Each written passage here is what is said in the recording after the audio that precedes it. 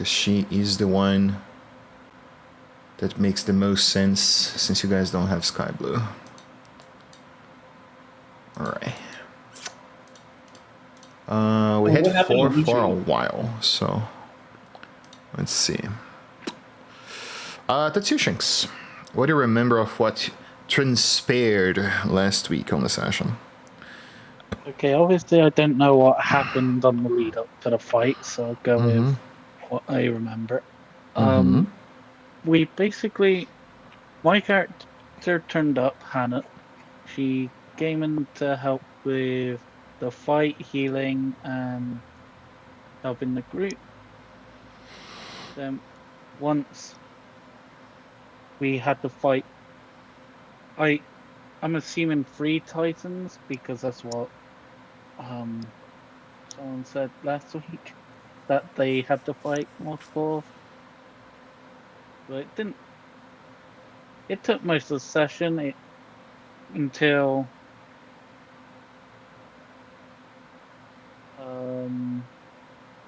Caravanus, I think it was, like basically shouted and told them to leave. It's not worth the fight, so that caused them all to retreat pretty fast. And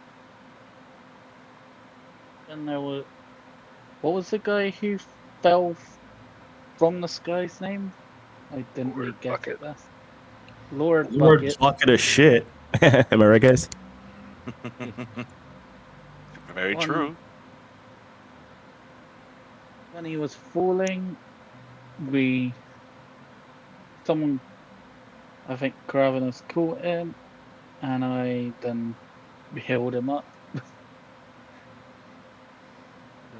As I remember it, Karavnos laid flat on his stomach, and the guy landed on his big juicy cheeks, right? Something like that. That is not how I remember that happening. we did some wind shenanigans, and then... Wait. No, I can't make that comment because we are on stream. Never mind. But yes, continue, Jinx. So we saved the guy, and there was some people on a cliff that I also don't know. He looked very upset that we saved him, and they kind of left. And that led to a long rest. And I think that was the end of the session. Okay. You remember a good portion, majority of it. Does anyone remember any details that were left out?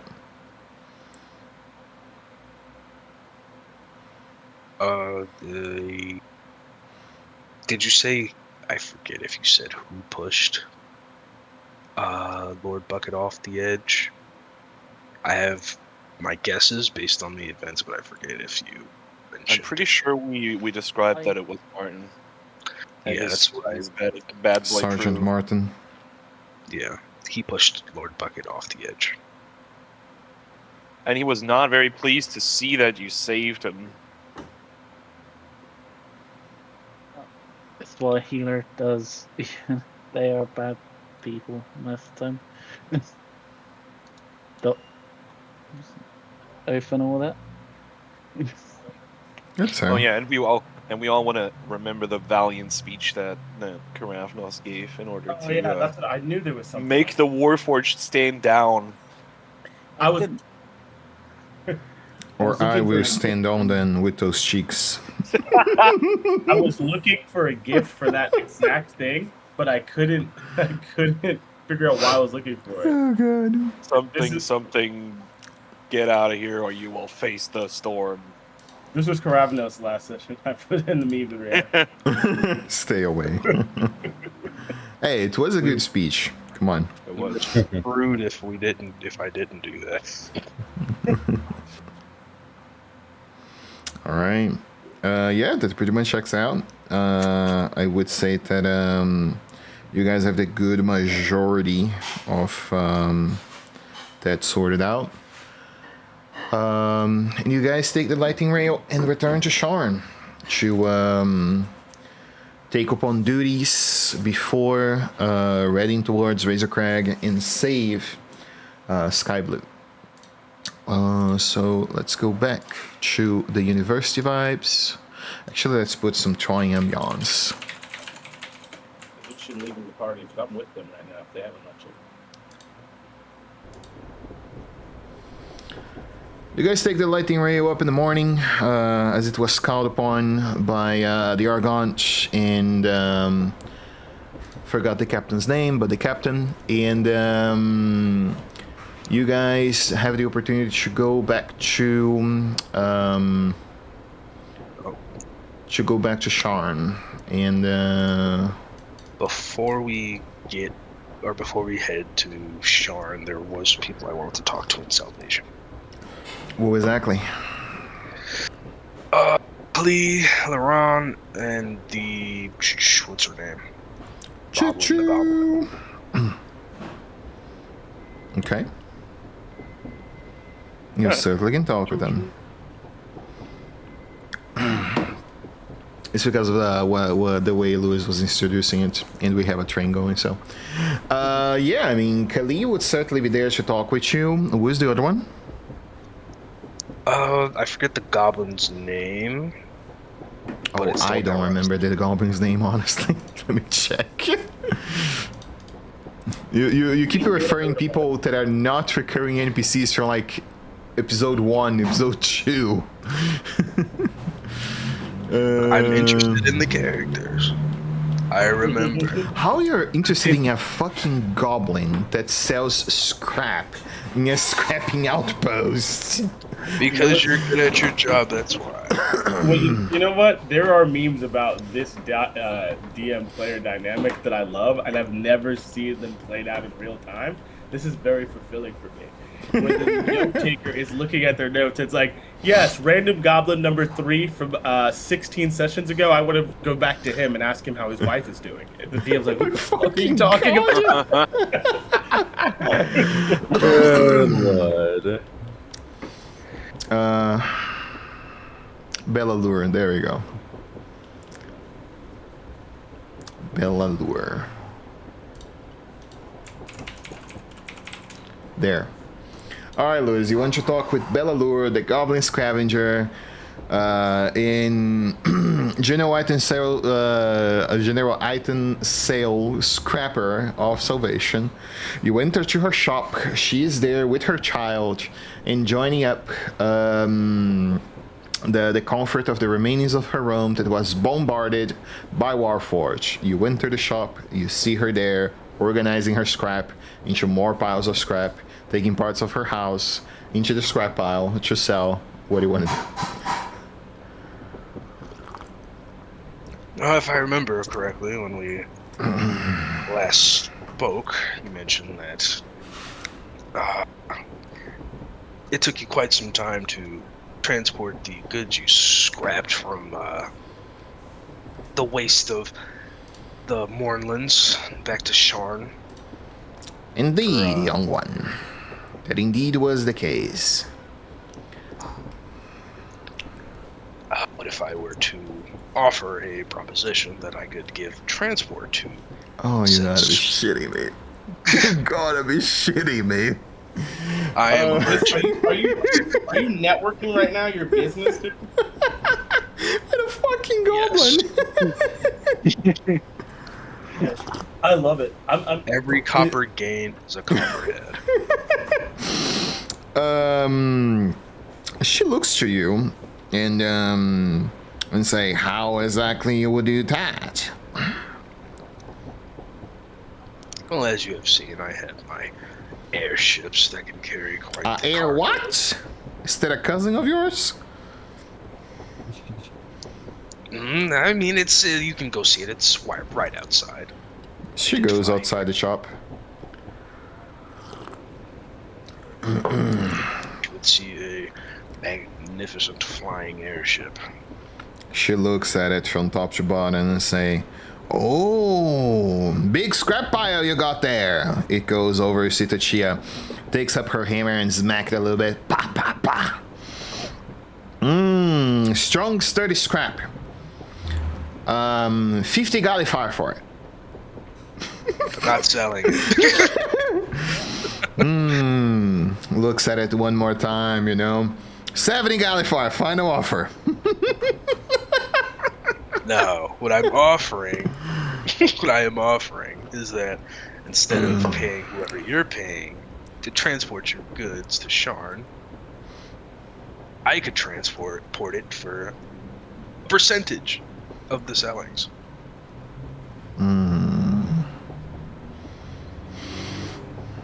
Very hair that I find good hair, very scrappings that nobles get interested on.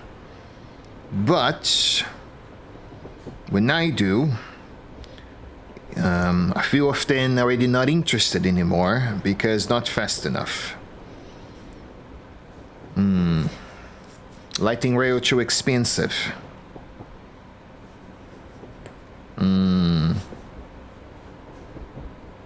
All right, can do it for 1%. Take the deal. Hell no. I'm not taking it. Where are we in all this? How about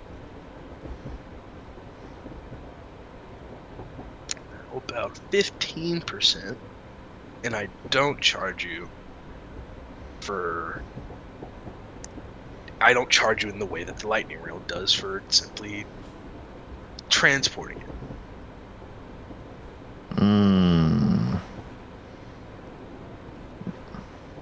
Showing hard bargain. She nods for a few moments, thinking, and say, 5% is good offer.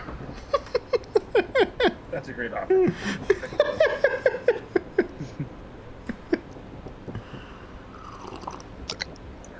I have. Times as much as the previous offer. Let me use small words. I have big connection with big people.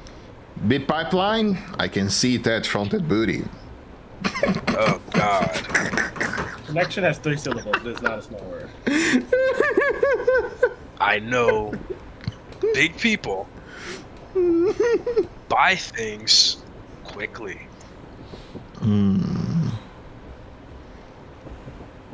Very well. 4%. No. She looks at you and says that very well. That's all. Roll your persuasion, Rover. Let's wrap this up. I'm having so much fun, but it's taking a minute now. Hey, look, I'm gonna go do the same with the other run. Oh God. You remember that most of her crew died, right? She's basically a fucking informant nowadays. I'm giving her the opportunity to make her money back. Okay. Gain more people. All right. Let's see, persuasion.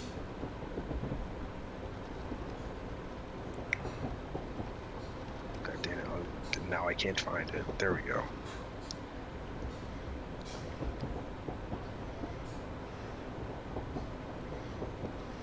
My God. Do I want to use inspiration on that? I guess it helps what you use it, right? Sure. I mean, the character would use it, right? Yeah, it's money. Even if it's probably not going to yield much, but it's money. That's a lot better. It's a nat 20. Nice. Would have been nice if I did that. I can see your argument. Very impressive indeed. Okay. 15%. And you take my kid once a week for the big city and take good care of her. Okay.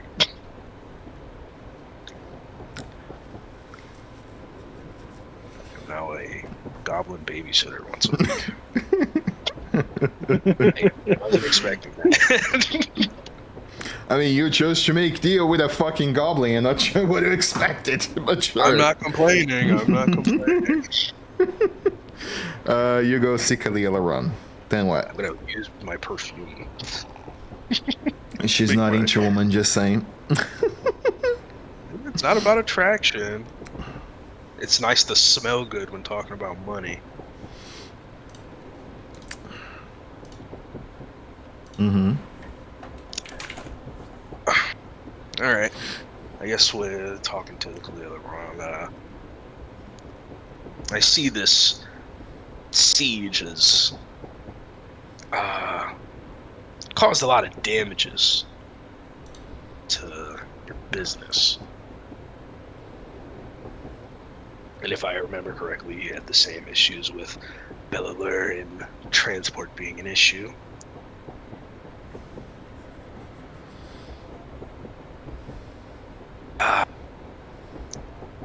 I come to offer a proposition that instead of paying for the lightning rail to transport your goods and go to Sharn for a business deal that may not go through, I can offer you transport of your goods for free, and I will request but a percentage of the revenue that comes through.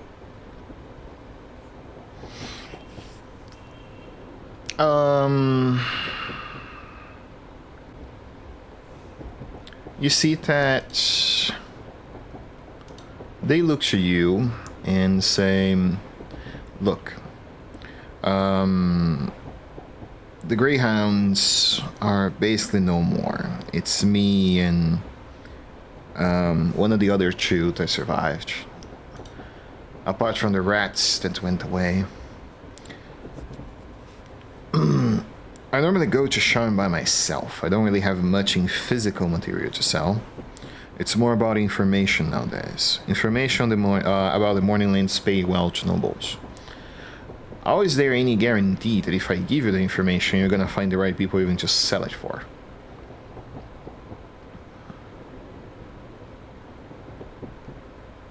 Well, I am a businesswoman. I do have my connections. I could find who would be willing to buy this information you'd be wanting to sell.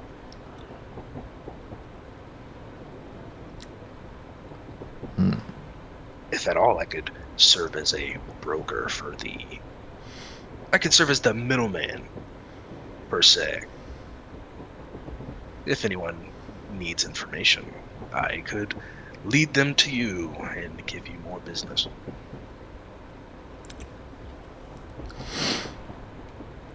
I'm not so sure, honestly, how I feel about that. But let's humor it. What is the cut you're asking for? Let's see, you did say it was just you and maybe one other person. And considering the price that information goes for nowadays, I feel like I should ask a deception check from you, because you don't know that market. would I be able to do a check to see if I know that market? Sure. Make a history roll.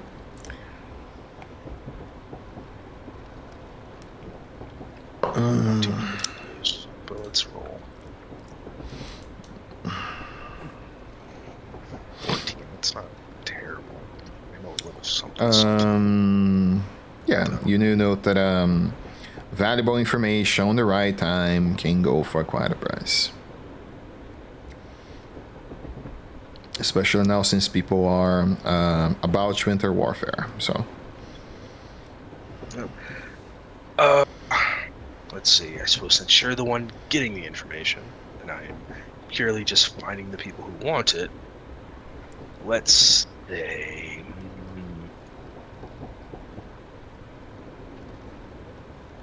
25%.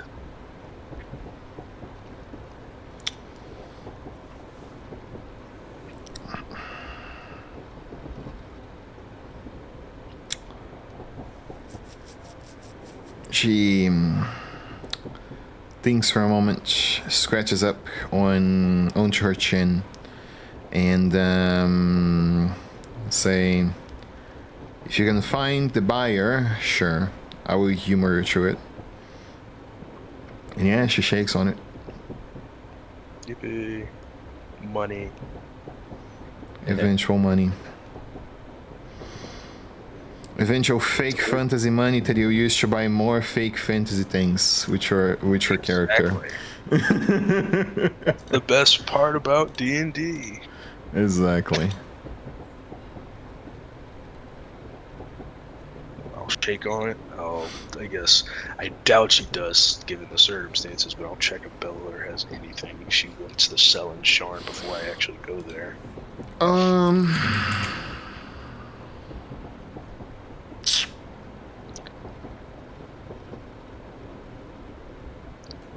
We did end up stopping the Titans pretty early, so I think the only building that was damaged was the tavern, since one jumped on the fucking roof and crashed into the ceiling to try and get Tavern me. was pretty badly damaged, yes. But that's Yeah. not where Bella does business, I think.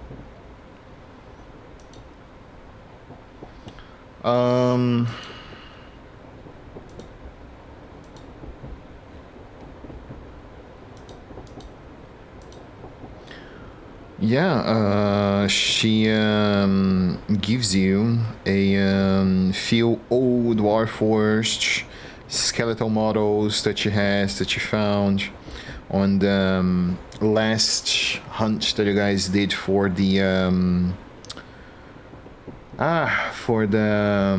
elemental tank that you guys were on. See if you can find a good shop in Sharn that can buy those. I want about 2,000 for it. Okey-doke. Would I be able to see how much they're worth? It's old tech from the first era of the world, so you know they go for quite high. It's a schematics for Warforged prototypes, so. Okey-doke.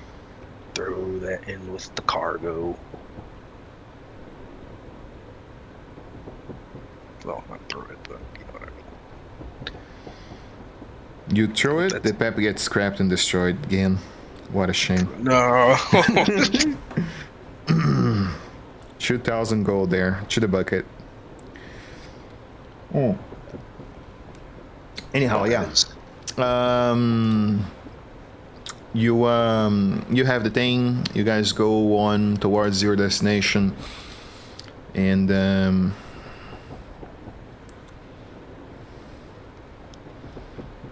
yeah, that's pretty much it.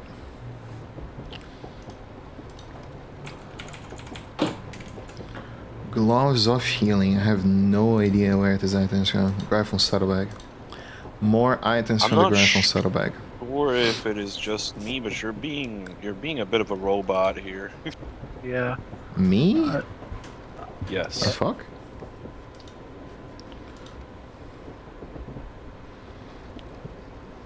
Went your tree. Oh, still a bit robotic. Give me one sec. Might be Discord server or something.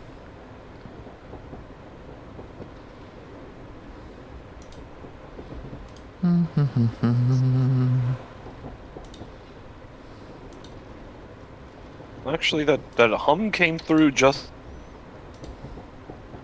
Hi, alright. No, 270 now. Well, it's coming through alright, though. For now, yeah. Okay. Well,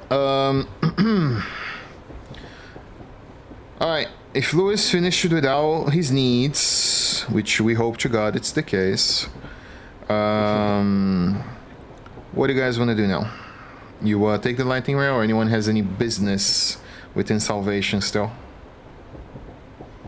Well, if it is of no concern to everybody else, it seems as though Salvation needs a little help rebuilding, and the Scrappers aren't doing so bad for themselves, even though life here seems a bit simple, to put it the least.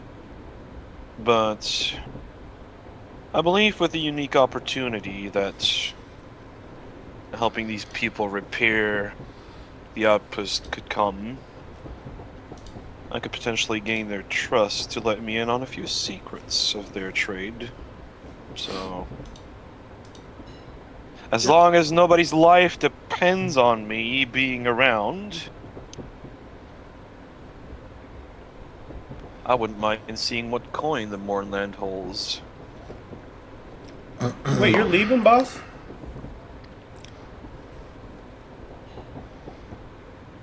He's leaving Well, the as I character said- here. Okay. Smart choice. I suppose it would be the wise choice, given that I can use all the coin that I can acquire. Making good Specifically money with here, this... Well, specifically with this necromancer lady being around, I don't feel too well knowing that we are restrained to living in Sharn. Well, me and my family, that is. So, hey, perhaps if I can make a quick coin, I'll return to the city, make sure that my family's safe.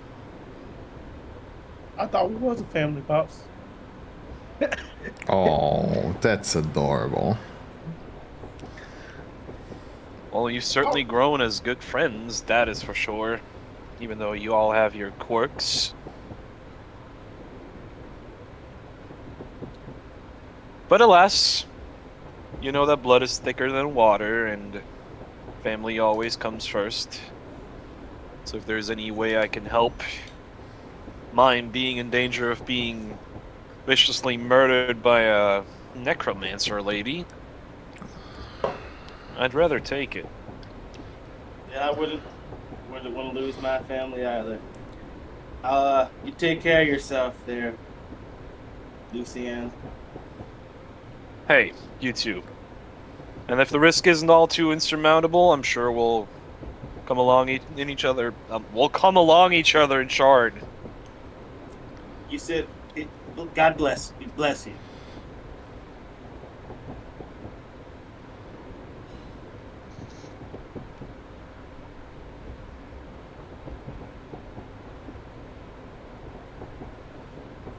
So this always happens. This doesn't.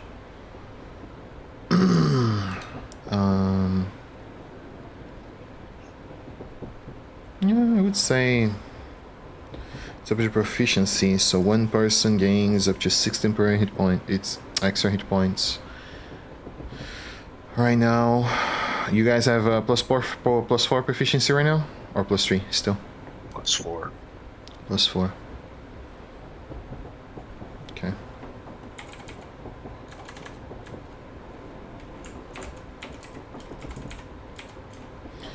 There, Shinx.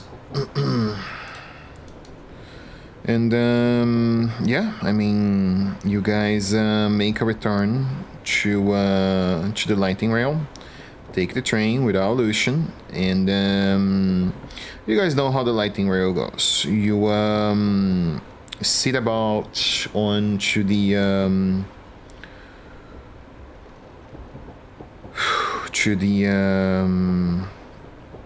to your seats, and it's a 2-day trip from the morning lands, 2 days and a half, I believe, to Sharn. Does anyone want to do anything on to the trip itself? Do some role play. Is it important that the lightning rail be used? Not really. I'll take my airship then. I'd rather not pay them my money. Okay. Can I ride with you, brother? Sure. Sister, sister. The two dragonborns take to the skies. I'm sad. I will say to Kravnos, what are we going to do now that boss is gone? Well, the same thing we've been doing so far. I'll have to admit, I don't really quite know what that is. I kind of joined him because we were making money. No, we're still gonna make money. Oh, yeah. So what is this general purpose of this ragtag group of individuals? Well, we have the Oracle of War, and we're currently being requisitioned, or we're currently employed to find the creator of it right now. We gotta find who made it. Yes, we did receive this mission quite some time ago. That game time. But we're still on that job as of right now. Okay, cool. Oh, And that's yeah, really all I can, have to say. All right. Gravnos is the boss now. Oh boy. Oh God, Lord. Don't let him be the boss. Don't get to his head. Don't let that go to his head. That will be bad for the entire party. I can guarantee. Yeah, there you go. It's already happening. You already had one chosen. Yeah. I sold the world. And the issue is, at least that character was good. I'm not so sure about Caravenas, honestly. They are a fucking greedy dragon. If your dragons ain't greedy, you ain't doing it right. Alright, so you guys wrap this up. You arrive into Sharn within the 2 days. When you arrive in Sharn, do you go directly to the university, or do you guys want to, sell your gear, buy stuff, etc., etc.? Sell stuff. Okay. At least that's what I'm doing. Same, I'm going to sell my shield and buy a thing. Okay, your shield sell for 4,500. What do you want to buy? No, not the +2, the +1. Give me 1 second. I believe it's 1,000. Yeah, armor +1 sells for 1,000. Then just a spellcasting component. How much is spellcasting components? Depends on what you're buying. A object or image with a dragon engraved on it worth at least 500 GP. 500 GP. University. Actually, no, because it's dragon specific, and that's art in Eberron. Give me 1 moment.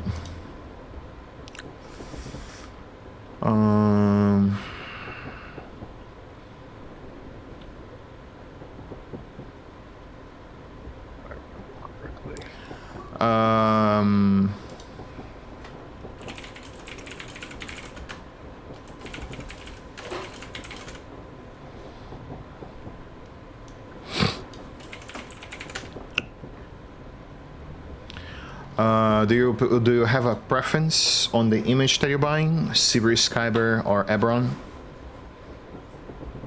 Or just any dragon will do? As long as it makes the spell work. 2,000 gold. All right, let me just see if I can figure that out. Give me a second. I don't think I have that.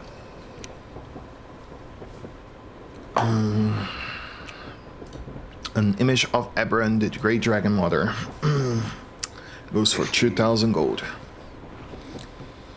If you guys just remember, we have 145 platinum, so in party loot. Do you now? Because that was with the rogue character. So does the rogue give back the gold? I was always carrying the party that's money. a good question.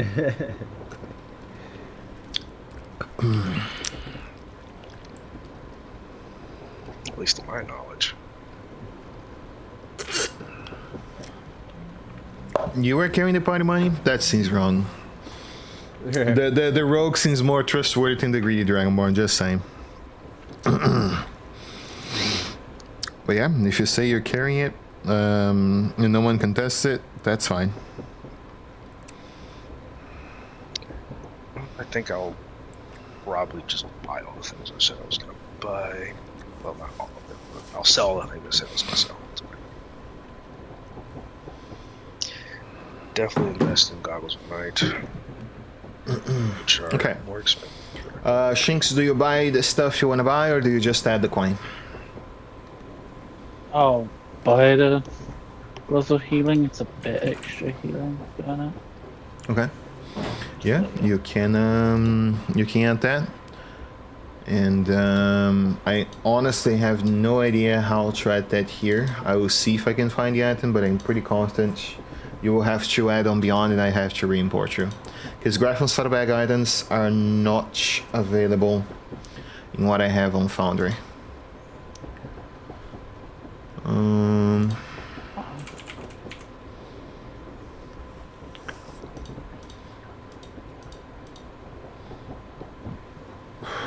add that real quick. Healing. Healing gloves, you said? Yeah.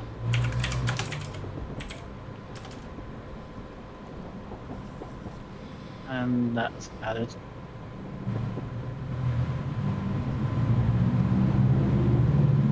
Is that even there?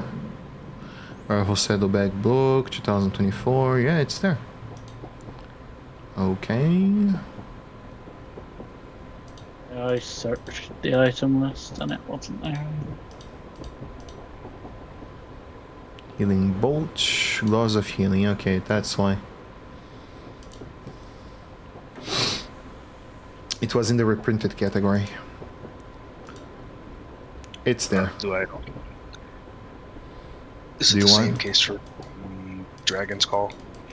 Most likely, yeah. How much is a bag of healing? No, bag of holding. 2 grand. 2,000 gold. Yeah, I can afford that now. Two Spanklinies. Bloodwell Vial. I don't have any potion. Plus 2.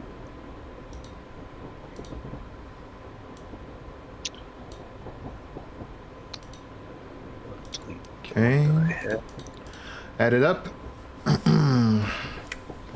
What else, people?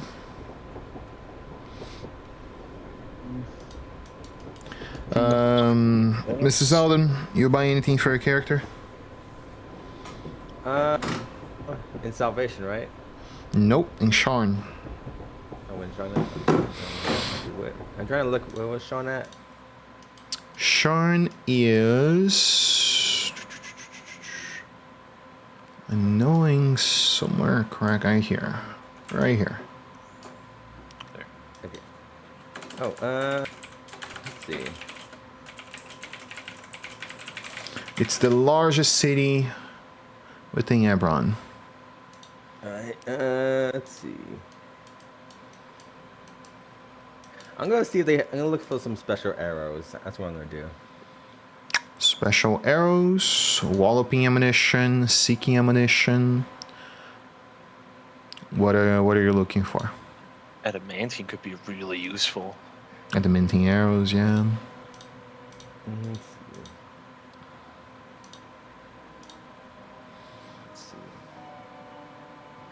see. What enemies? I mean, I'm trying to recall what enemies have we faced so far. Constructs, assassins, constructs as in Warforged, cultists, mages. Yeah, I'm hearing a lot of like mages. a lot of good brown mages and constructs. So I'm gonna look for let's see, some arrows that are good against metallic like. That would be adamantine autocrits against constructs. Adamantine arrows crit against constructs? Okay. Yes, the new version does. Oh, actually, I'm not sure if it's constructs. I'm sure it is objects, but I'm not sure if it's constructs yet. Oh yeah, yeah, I see it. Animite. Yeah, I can't say it. Adamantine arrow. There you go. Yeah. This weapon of peace. Sorry, I'm back. Made of adamantine. Am I struggling with that word? Adamantine. Thank you. It's actually just objects, but yeah. Yeah, one of the hardest substances in existence. However, this weapon of peace hits to object. The hit is a critical hit. Plus, you don't need that many because you can always recover them. Oh You yeah. don't lose the magic upon hitting things. How much does one arrow cost? That's what I'm wondering. For +1 ammunition, I know by head it's 50 gold. So adamantium will very likely cost less than that. Let's see. Yeah, I have a question. Yeah. Can I buy an item worth 500 gold pieces and then engrave the dragon myself? Because technically that would fit.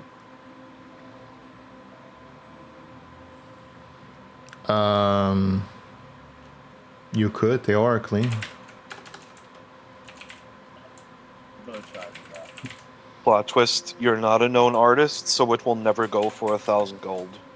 I don't need it to sell. It says Well, it has to be valued at 1,000 gold, so someone must be willing to pay 1,000 gold for it, technically.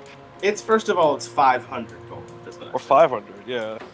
I mean, it's still a thing, you know. So if I buy a gem for 500 gold and it just has the value of the gem, and I just get a jeweler's tools and engrave a little dragon on it, then there, boom, it's still worth 500 gold. It's a rock solid gem. Yeah, it's 50, here's the 100, thing, 200 for +1, 2, and 3 ammunition. So I would say it only quits some objects, right? Yeah. Still. Yeah, I would say it goes for around the same price as each walloping ammunition, which is 25. 25. Yeah, each arrow. Let's...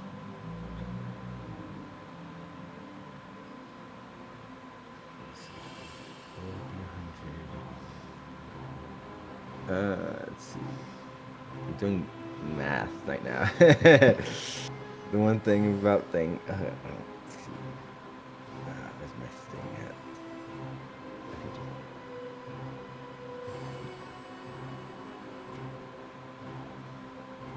Okay, I will get 10 adamantinite arrows, so I'll be giving away 250 gold.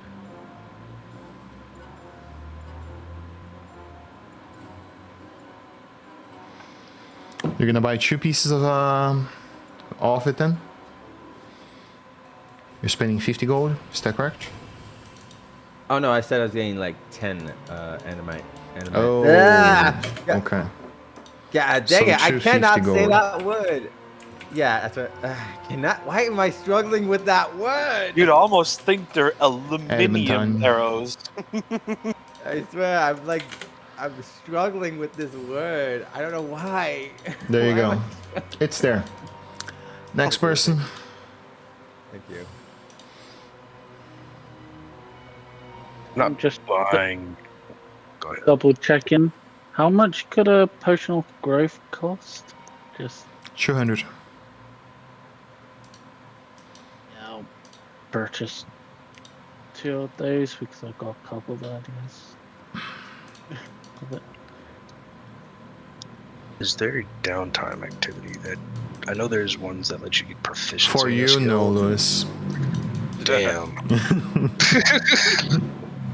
For you in particular, no, because you already took too much time today. But yes, it does what? Well, if you have proficiency, can you get expertise via downtime?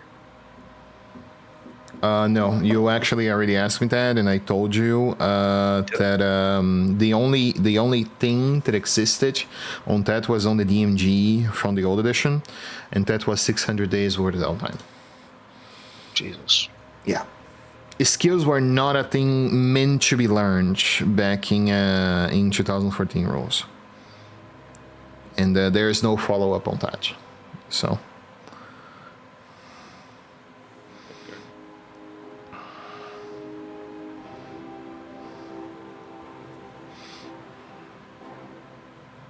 Guess that's why bards and rogues are valuable.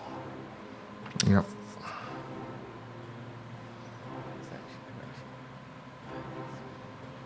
So, with this out, does anyone have anything else, or do we go to the university? The only thing I'd like to do is figure out exactly what the implications of this and getting this thing. Because I'd definitely like to get it at 2,000. I don't need something fancy. I need to be worth 500 gold pieces and have a dragon carved into it. So if I can get some guy to scratch a fucking dragon into like a 600 GP gem, I'll do it. The main issue I find with what you're trying to do is, one, do you have wood cover tools? I would probably want to buy a jewel, and I'd probably just hire some guy at a jeweler shop. I'd pay him like 400 gold to do it. Really I can quick. do it for you. Yeah, I'd have Kravnos do it for me. So just buy a gem worth more than 500 GPs, and then have someone scratch a dragon into it with their jeweler's tools. I don't think honestly that's how it would work, because it is metalwork in encrusted gemstones, if I remember correctly. What you're trying to buy. It doesn't say that at all. I can read the spell, don't worry. Let me check it out.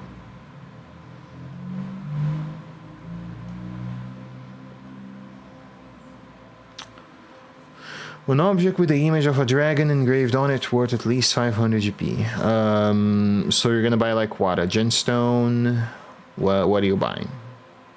I'd look at whatever they have, and I'd make sure it's worth a little bit more than 500 GP, or even if it's worth like 1,000. Because I got 1,000 from the shield, I don't really keep money on me like that. So if they want to sell me 1,000 gold piece gem, I'll buy that, and then just have Kravnos engrave on it. So that way, if it loses a little bit of value with the scratching on it, it's still going to be worth more than like 500. Okay. It has to be something portable, right? It has to be something small that you can carry around. So yeah, you can buy a diamond worth 1,000 gold. Sweet. Can I ask them to give me? Can I keep the dust? Because I know there's spells that require diamond dust. Sure. Sweet. I'll keep the dust.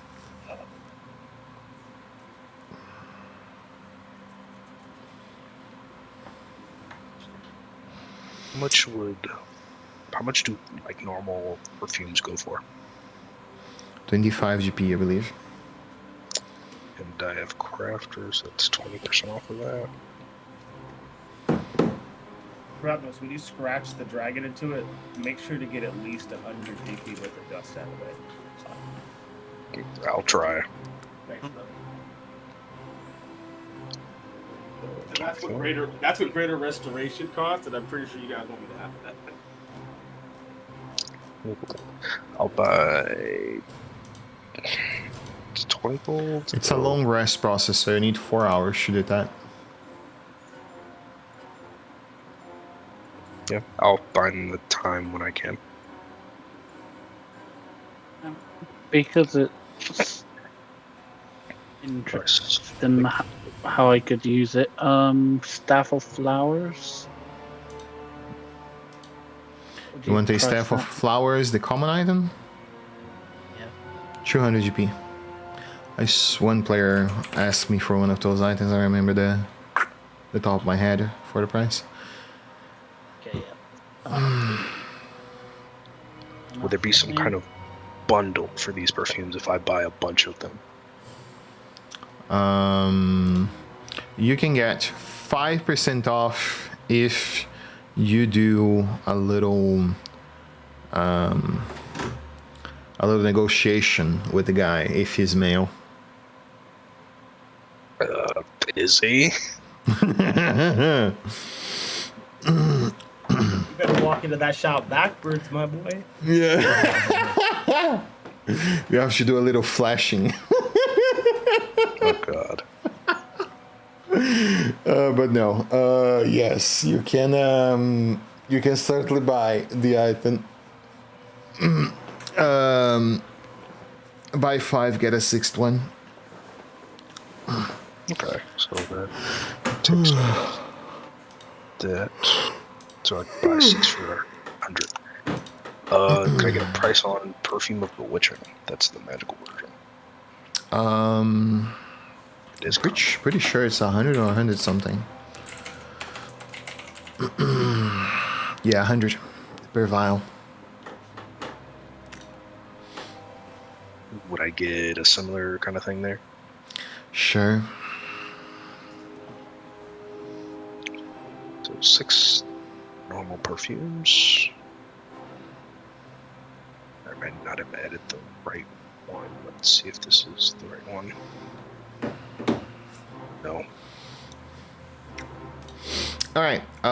You guys can resume touch, most likely post the university.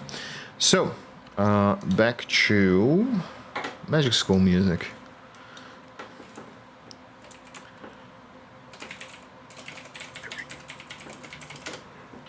Kyle might remember that one. He used to hear it a lot. Oh yeah. Strixhaven? Strixhaven.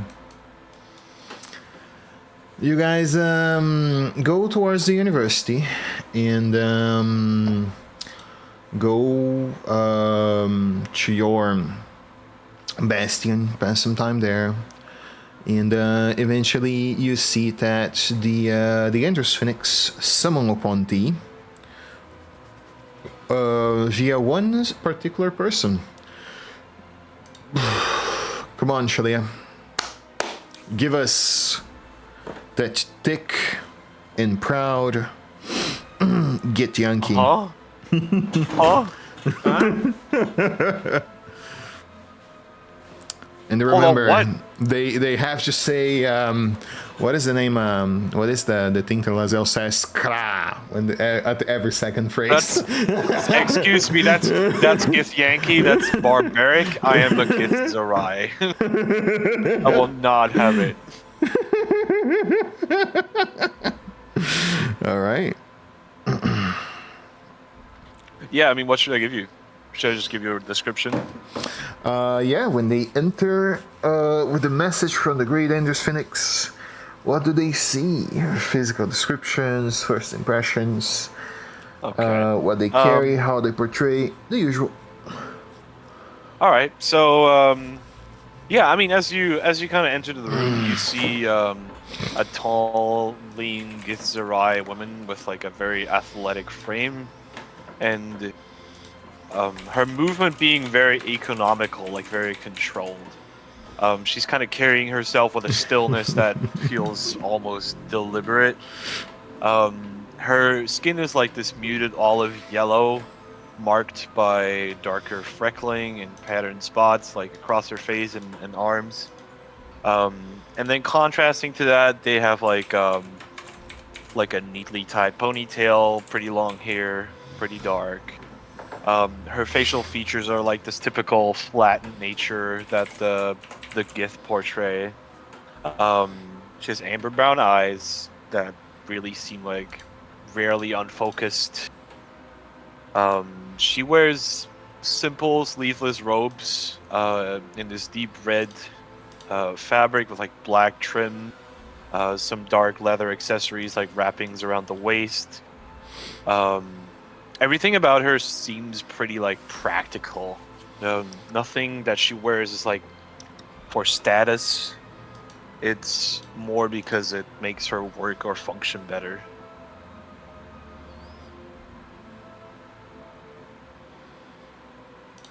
All right. We're a bunch of bad You guys see that in the bastion upon arrive.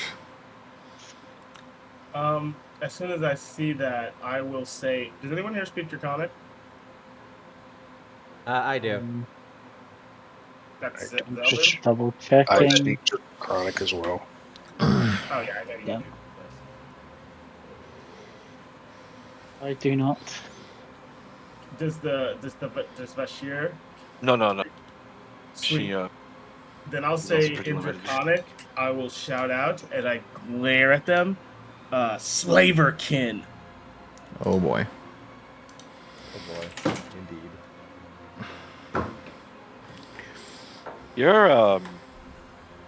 your companion over here seems a little upset.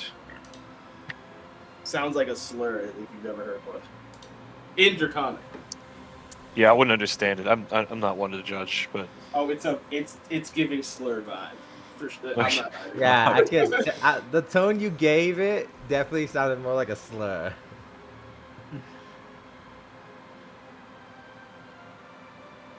Well, they're don't worry about them. They're just eccentric. huh. Eccentric. Well, I I certainly hope it's not my outside appearance. I've come to know the university as someone who doesn't care for race or heritage, but more for performing above the average. Well, you're not wearing any armor or carrying any sword. No. She has her book, she has her wands at the waist. She sort of like wears very like just normal cloth, like a robe, all like super practical and more for comfort and functionality than for status. For all you know, she could just be another clerk in the university.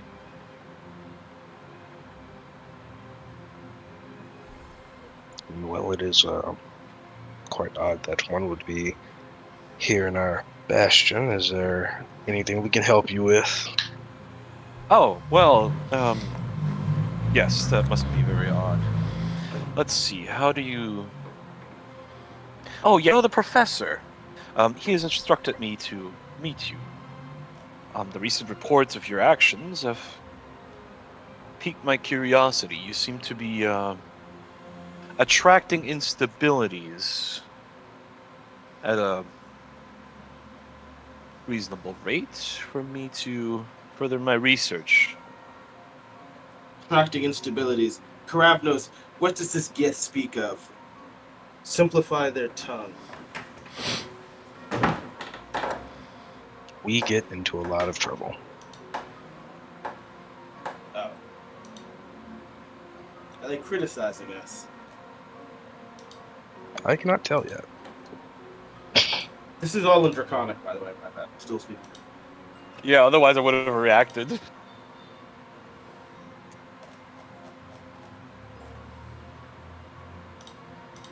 But go on.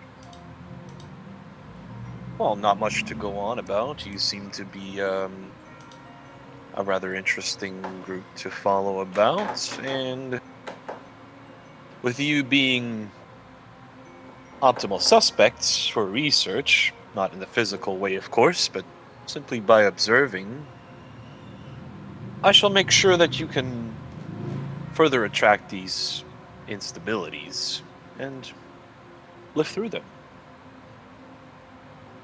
Hit by Dragonboard, slay little kid. I point to Karavnos.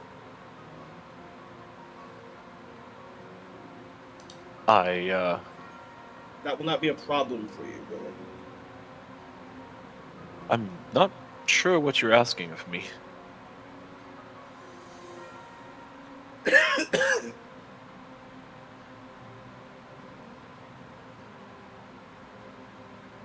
Sorry, what was it? What was it that you asked for?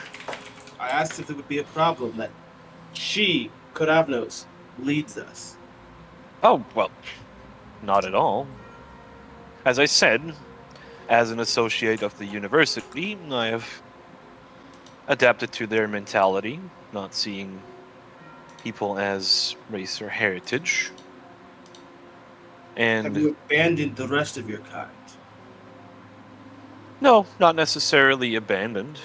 I have left them for a while to complete this research and perhaps help bring my own plane, Kithri, a little more stability in ways that our mages have not yet been able to. You are a magic user. Yes. I have studied the art of the weave and how it interacts with these historical dragons of creation that shaped Eberron and its plains around us. So not by nature or by bloodline, but through No. theft. Well, call it as you wish, but I believe it is merely hard study of concepts, axioms if you want, that shape this very magic that everyone uses. My goal is to look at those incantations, break them down, and perhaps understand a little better how energies work with each other. You are a little better than Artificer, Wizard. Your magic is blasphemous. Well, if that's what you want to call it, then I can't stop you. And I certainly won't. I certainly won't argue against it, because I've learned that everyone is entitled to their own opinions. I looked at Karavnos and Dragonborn and I said, I like this one.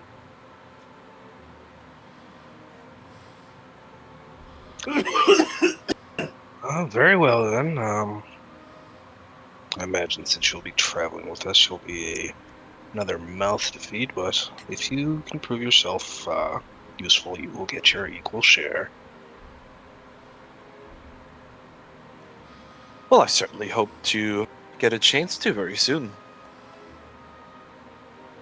And it is You're very not- likely you will. Unlike what I've heard about your kind, Yankee, you are not easily stirred, and for that, you are admired by me.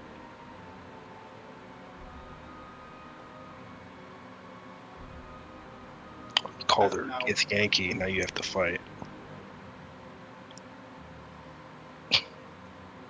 Well, that is a concern that is mostly brought up with our, let's say, more barbaric brothers of the Githyanki. I am not of that heritage. You are not Kabianki. Certainly not. Otherwise, I would be wearing a sword, and I would be grunting at you, but alas, you can see that we can have a civilized conversation. No, I am of the Githzerai. No! Yeah! You were all but gone. Well, not entirely gone. We have just been on a different plane of existence. How is it that you've manifested here? Well, plane travel is a thing that is possible. I've only heard and learned blasphemous things about the Githyanki. And in that context, I've heard of their alternates. Well, you wouldn't call us so much as alternates. We, as the Githzerai, are a noble race. We are not as barbaric as our brethren, if you want to call them that. But circumstances have pushed us to put more effort into learning how the weave and the magic works, so that we can better control our home plane. Forgive me for my previous instance, if you would. And I'll give you a small bow. Oh, no need for the formalities. I can see how such an exotic race, such as the Gith, could spark some confusion, especially in this plane of existence. I'm from a small village distant from here. And we had stories of our ancestry. And there is what I will call tension between the ancestors of my people and, well, relations with your kind. Brethren kind, I guess. Forgive me again. It is not something I will speak of. Anyway. I understand. No need to hold grudges. Certainly not when we are supposedly working together in the future. So teach me about this word you said earlier. You said that we had... Shkra. What was it you described that we get into, Craftless? What did they say that we do? Instabilities. Yes, that one. What is that? Well, if the reports don't lie, you seem to have very strong ties to the happenings upon this little device you have. It seems to Oh, Gravener, shape I out. forgot about that. The thing you were just telling me about on the airship. The guy. The War and guy? stuff. Yeah, The Oracle of War? yeah, the guy of the Oracle of War, that guy. It's not a guy, it's an equipment item. The guy who made it is what he means. Oh. No, I thought it was a guy. I thought it was. You said it's an oracle. I thought it like told the future. It's what's and stuff. called. It's not a person. Well, it has been manufactured even I by know that. a guy. I know that. I understand it was manufactured by a guy. I'm thinking a construct or something. Like you ever seen, like the puppets that you put a quarter in and tells you the future. Never mind. Think of it as one of those Yeah. wind-up clocks. It's like a little treasure chest that spits out information every now and then that can be very important. That's very close to what I was imagining. Well, there you go. If you draw a face on it, that's nearly identical to what I was imagining. Particular. But not entirely unheard of. If it talks, it's just a construct, right? Or is it? It's not a construct. But it's smart and it speaks.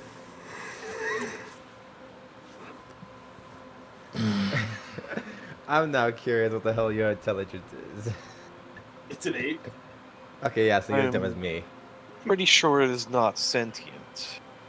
Oh, okay. Remember, Mila doesn't really get conscious. Even think Warforged just said My character is dumb as well, but he understands some shit. And but anyway, they're construct. They're just robots, right?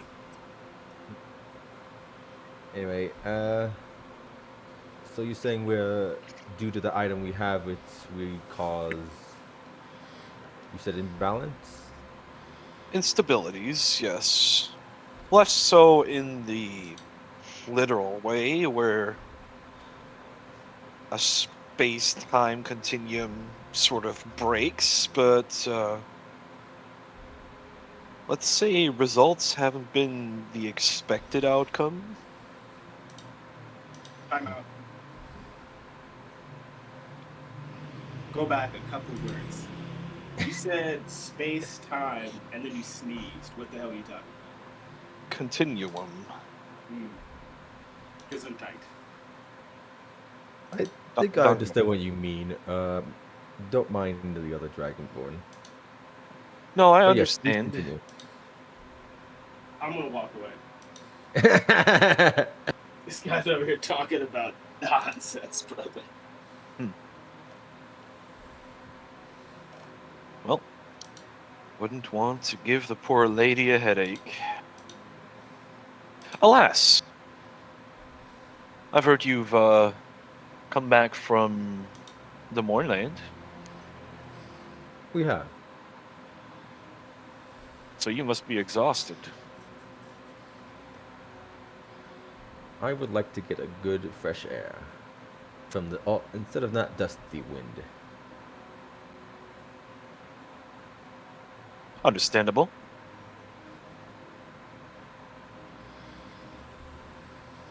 But in any case, it was good to meet you nonetheless. Certainly a pleasure. Oh yes, I never did give you my name. My name is Victor Krem. Oh, Vidicrum. Interesting name. Where does that hail from? Well, it's weird seeing your kind. I rarely see them, though. I do see them back in my homeland, though. Oh, where is your homeland? Well, it's not. Well, your kind is well known for. I remember, if I remember correctly, you ride dragons, correct? Your kind. Well, that would be more of a well, not Githzerai, the Githyanki thing, but certainly our brethren, yes. Well, sometimes your kind do visit our. Well, I'm not from this place, or whatever you call. I never did. I wasn't good at understanding our plane. I think whatever it was called. Oh, what? You're hailing from a different plane too. Yes, since no one's seen the world tree that my people worship.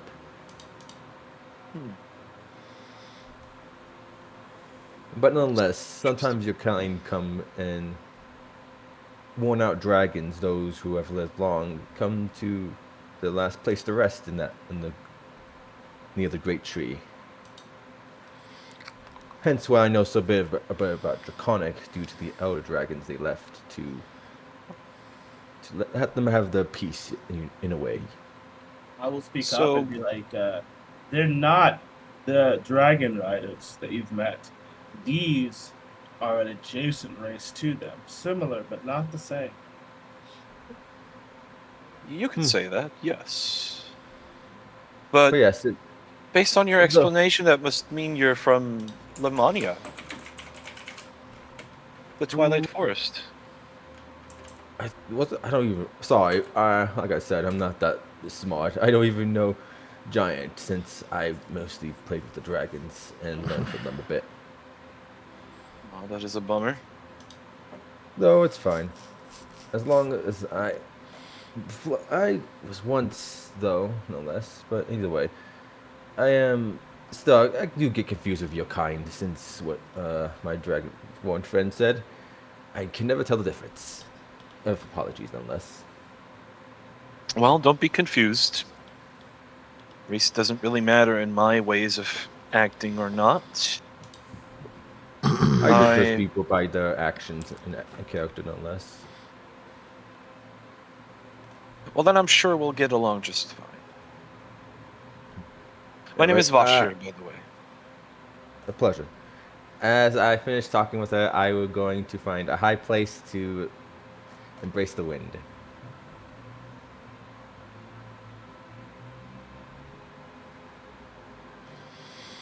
Alrighty. Do you guys want to do any bastion activity while you're here? Since you've been away from base for a while. I never had to pick a bastion name since I'm new. Oh, we do have the workshop, and we are level 9, so we can make magic implements. That's true. That might be very useful. Just I'll putting ask that the out there. reader what we should do. Gravnos. This is I think my first time to base, maybe second time. Probably.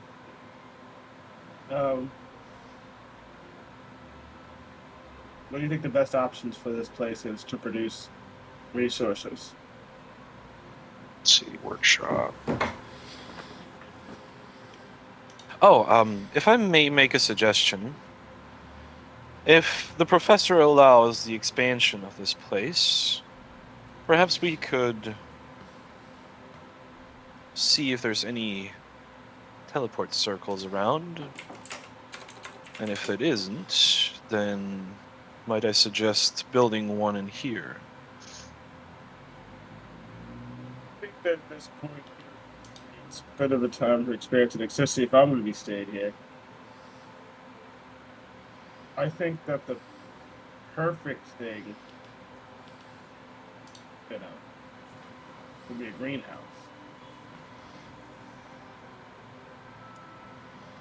A greenhouse. Okay. And, if you wanted to ask the professor to build somewhere you can teleport into with the blasphemous arcana, let's keep that on the other side. Well, I have only just returned from an expedition sanctioned by the Morgrave University. I took a party of theirs to Zendrick, so I wasn't able to familiarize myself with the utilities that the university offers. Perhaps we can be on the lookout. I'm sure Sharn has teleportation circles. As long as you're sure, brother. The next thing I would need is the stable, because I'm tired of my horse just gotta go anywhere. So if we could get those 2 expansionary rooms, that'd be great.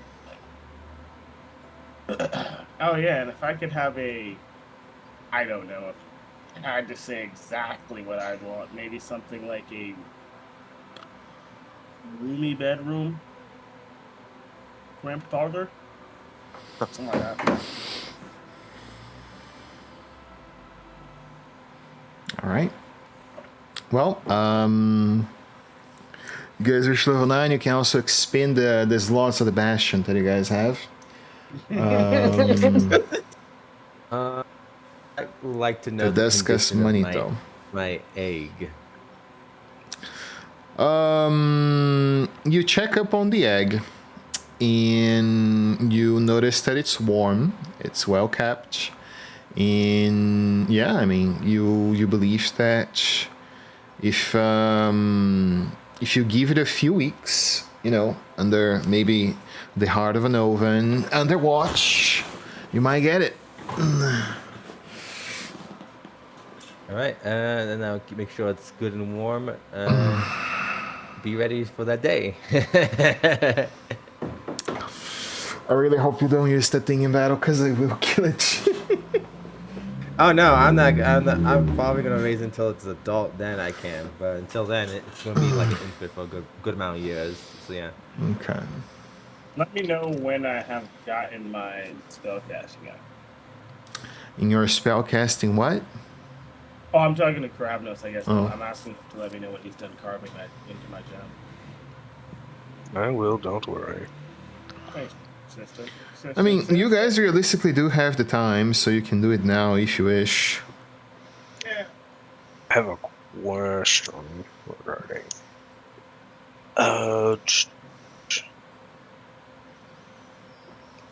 Do we use the mobile bastions?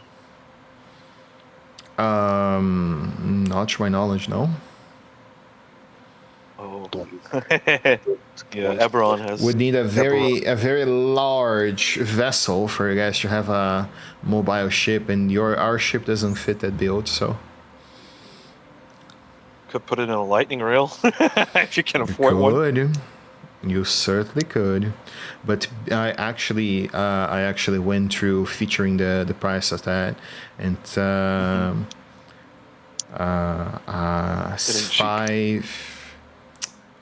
five compartment lightning rail is actually 6 million gold. So. Jesus Christ. Okay, never mind. We're teleporting everywhere. For the rest of the campaign for that amount of money. It was for the purposes of like navigator's helm. I imagine that's not a large facility that could fit on an airship. You guys would have to have something, I would say, at least, if you want, you know, to have only the bastion, at least 8 rooms, or basically a vessel made for at least 40 people. So it's one of the larger vessels.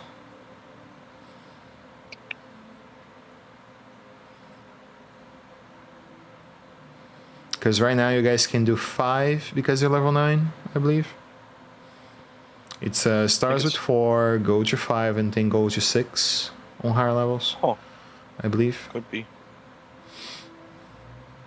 I thought it was 2 and 2. It's 2 and 2. Then yeah, it goes up to 8 then. It's 4, 6, 8. I don't know.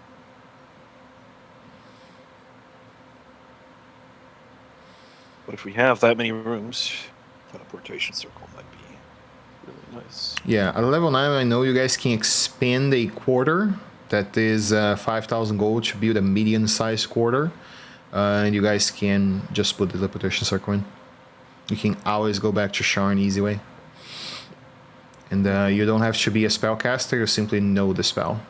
Oh, really? Yeah. You simply always know you always have the teleportation circle for your bastion prepared on level 9.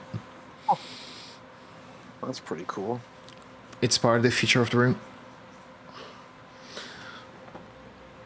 On Wednesday we discussed that. So that's one thing you guys can do. To you guys. I'm not the one with the funds. Do you guys want to collectively expend 5,000 gold to expand one room? And build the teleportation circle on it? think we have the Skrilla. I mean, I have like 800 gold. I got like 450 gold.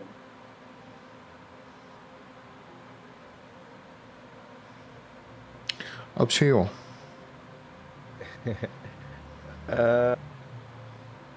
So Well- we have one person with 400, one person with how much money? Gold? 800. 800. 800. Damn, I guess me being gone definitely helped. The thing is I'm that just- everyone pretty much spent their money on buying things after selling stuff. Yeah, fair enough. That's fair. You guys can always do that later. You will have to return to Sharn anyway to get the lightning rail towards where you're going. If Do nothing you- else, I'm sure there's like public ones that people can use for a price. 400 gold. Fair enough. I mean, it's a one-time use. Yep. Do you guys want to? Do you guys want to go to the Ender Phoenix? The scrap person is supposed to take you guys there. Scrap person.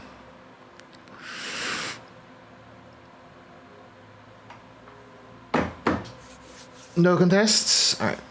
Let's do the following. I need my soup. I need to get some. I need to get some warmth in my body. Let's do a quick break. I need to use the bathroom, and we take the mission from the Ender Phoenix in a bit. It gives me more time to prepare puns to make on Louis' character. I'll be right back.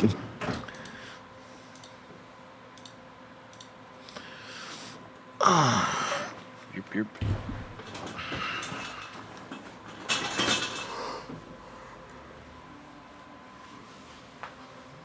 Do-do-do-do. Kind of a shame that mobile bastions can't be used. I was kind of looking forward to that. Yeah, I mean they have these. They have these in Eberron recently, so I mean it would make sense to have one, but hey, can't have a mobile base everywhere. You don't often have one anywhere. That's true. But at least now you have a wizard that can get you places, as long as you have the teleportation circles.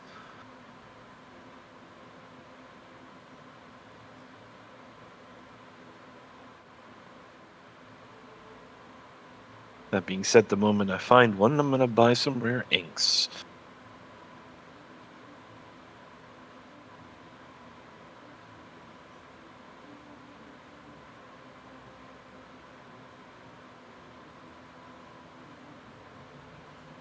Also, have you ever looked at the Storm Sphere spell? I remember seeing it. I forget what it does though. It's like a 20-foot radius constant effect. That makes the area difficult terrain, and it does like initial 2d6 bludgeoning damage, and then every consequent turn or consecutive turn, you can use a bonus action, like a bit like flaming sphere. 46 lightning damage. Yep, it's good Yes. action economy. Plus, as an evoker, I can just plant that freaking sphere in the middle of a party and be like, all right, you're good, you're good, you're good. Yep. And if we fight in it, I mean, we can just zap things. It's actually pretty good. Where we're in a closed space. If we're ever in like a smaller space with like spellcaster, spellfire storm is really nice. Yeah. Yeah, I've seen Spellfire Storm, but I knew you already had it, so if we ever need like a bigger area, I could just, circle cast it, I suppose, but I'm not sure Oh no, never mind. Actually, the circle cast on Spellfire is ridiculously expensive. Never mind. Yeah, it's 25,000 GP. Yeah, who fucking thought of that? It, it's it would be good if it wasn't consumed. Yeah. Like, yeah, you only have to buy it once. It sucks to buy the first time, but after that, you're pretty good. But You nope, can't have to get that amount of gold from a wish spell, so freaking no. I guess that's the only thing. Well, I mean, you would still have. Well, weird. The thing is that I wouldn't even know where to buy such a thing. A 25,000 GP Blue Star Sapphire. Yeah, That's kind of I ridiculous. think you might. I think you might have to check in on the Bank of Waterdeep. They might have one of those. Oh wait, that doesn't work. Oh wait, then where turns? I think it only consumes. I think you only need the 25,000 GP Blue Star Sapphire if you want to expand it out to a mile. Other than that, you don't have to do that. Okay. I mean, that's weird, but okay. Yeah, because it specifies, like, in addition to the spell's usual components, you must provide a special component, the Sapphire, which the spell consumes. The spell range increases to 1 mile, and it no longer requires concentration. The spell is cast. Each secondary caster must expend a 3+ level spell slot, otherwise the spell fails. So that's a specification on that's if you want to cast it out to a mile. But other than that, you can do normal circuit casting with it.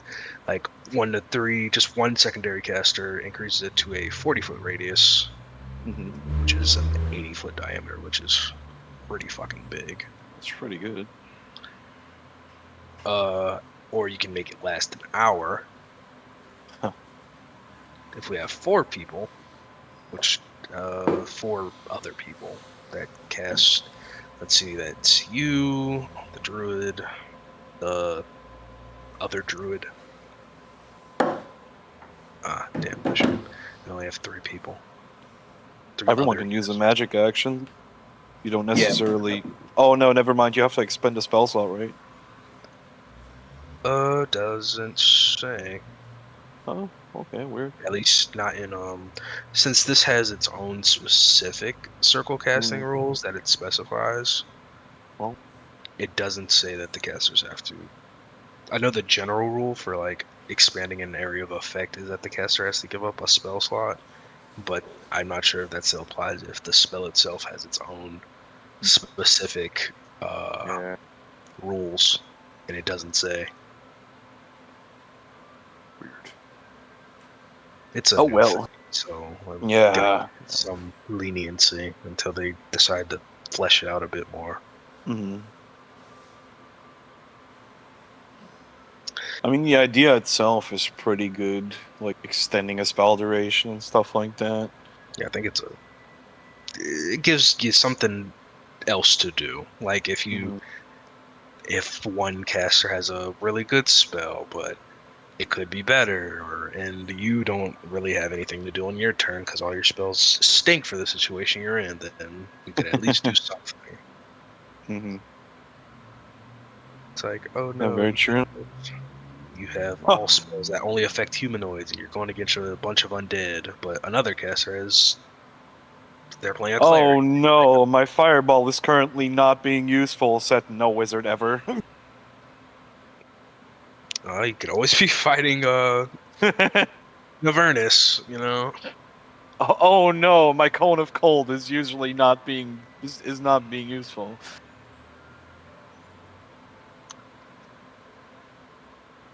I know no monsters that have immunity to cold. Other than like a white dragon. Probably like really deep north, like giants and frost giants and stuff like that. Yeah. Is it immunity? Well, Oh, they probably would be since they're like pretty primordial. Maybe air. No, not air elemental. Water elemental. yeah, I don't think so. Maybe not. Well, it might be resistance, but I don't think immunity. Mhm. I can check. That is the magic items tab. Water. I know some water things have. White dragons, yetis, Yeah, there is a apparently also black puddings. black puddings. What? Cold damage. What has immunity to cold damage? Oh no, never mind. Abominable yetis. Yeah, frost giants, ice devils, yeti, and the Remorhaz, whatever Remorhaz is. Oh, I know those are cool. I like those. I've never heard of it. It's basically frost giant guard dogs. Oh. Like, except they're not dogs. They're giant bugs. Jeez, like reavers. It's such Oh, a white- shame you don't see them more often. I think that's one of the cooler northern enemies. It's just that they're I oughta very easy to party wipe you. I was gonna say I ought to find an Icewind Dale freaking table. Yeah, the one time I tried playing Icewind Dale, I tried playing a ranger and then I got banned from the Discord. Oh, This was when I was very new to D&D. That was gonna be my first campaign, and then you want to play a ranger in my Icewind Dale campaign? Fuck out of here. what do you mean? That's what I thought. Why is it such a bad thing? I don't know. I've been playing D&D for like I don't know, freaking 5 years now almost, and I still don't see that. Maybe it's because they were thinking you would meta and do like all your favorite terrain, and since there's only one terrain, it's really good. Yeah, why wouldn't I? That the ranger back then was really bad. It's still. I was gonna okay. say, like, that's the only thing that kept Ranger relevant. Having a campaign that is a very, very, like, one type of terrain only, and getting all these advantages, like, that's what you played Ranger for. Exactly. I was very confused because like he blocked me. The DM blocked me on Discord. He kicked me from the Discord and everything. I was so confused. Jeez. I'm so happy they made Ranger good. I mean, it's hard to fault Ranger now with Hordebreaker and Gloomstalker being, like, decent. Still think they should have made Hunter's Mark at least for Ranger non-concentration. Yeah, that's very true. If they're gonna make it an integral part of their kit, it should not be something they have to concentrate on. That's true. I mean, they learn it from, I think, level 3. Yeah, I know it's like their core, not their core feature, but it's one of their class features that they always have Hunter's Mark prepared or something. It's like saying turn undead required concentration. It's equally that'd be dumb. ridiculous. Yeah. Well, I mean, it's a one-time thing, but It's a good thing if it's in the right situation.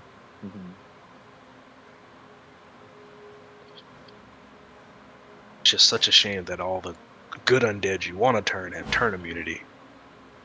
It's true. Man, Or immunity to frightened. AD&D, you were absolutely creamed if you didn't have any clerics or paladins against undead. Simpler times. You can't do radiant damage. Should have thought about that. Get party You wiped. don't have curse immunity? You don't have a cleric that can remove curse? Oh, here's a curse that will make you absolutely freaking set back to level 1. What's that? What version or what edition of D&D? I remember it was like death magic. If you failed to save, no matter what health you were at, you just died. You mean saves against, like, death? No, Yeah, it was like that's, a special set of spells. It was death magic, and if you, it had like its own rules and everything. Like if you failed to save, no matter what, like even if it was the first thing that happened in combat, if you failed that save on death magic, you just died. Well, I know AD&D has saves versus death, but Might be like a second edition thing. Maybe. Saves against death spells, yes. Second edition, you drop to 0, you die. There is no save on that. On third edition, there is Constitution saving throws against dying when you reach 0, if I'm not mistaken. I was saying that I remember, I forget which edition of D&D it was, but there was death magic that had its own rules, where if you failed to save against death magic, you just died. Yeah. Third edition is like that as well. It's oh boy. Power word kill was HP, hit dice related. Fourth edition was saving throws. Second edition was saving throws as well against death magic. So yeah. AD&D first and second edition. That's cool. Because it had death magic. Yeah. Baldur's Gate 2 was AD&D. I had a lot of fun with that. Minus the part where my paladin was level 8 and the rest of my party was like level 12. Yeah, wizards and divine casters always leveled lower, so. I believe the wizards slightly less so. They did have a little bit of slowdown. I think fighters and like the basic martial classes, they had like the easiest time leveling. Ranger and fighter. I imagine punching and kicking would be easier than learning the arcane arts and divine magic. That's very true, yeah. They did deliberately do it because paladins were really powerful because they were basically a multi-class. Mrs. Alden, you're back.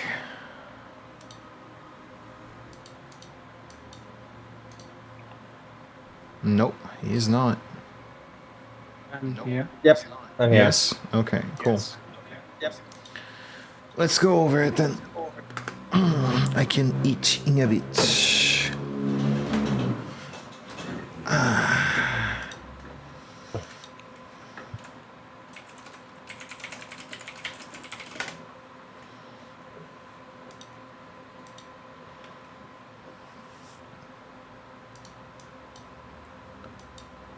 You guys go towards the Great Tower where the Ender's Phoenix lies on the top of the university halls. And when you reach there,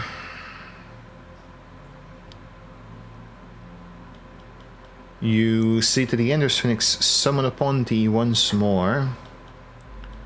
When you arrive, she remembers. When the dark lanterns flicker onto the light of the silver torch, the king in green rides north onto a bolt of steel. Two nations prepare for war as our eyes turn onto sky blue. Where's the girl? The Ender's Phoenix question. It seems as though she was captured during a siege. During a siege at Salvation within the Mournlands.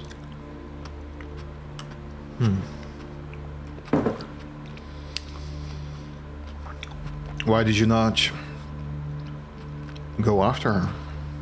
She's an important part of the prophecy.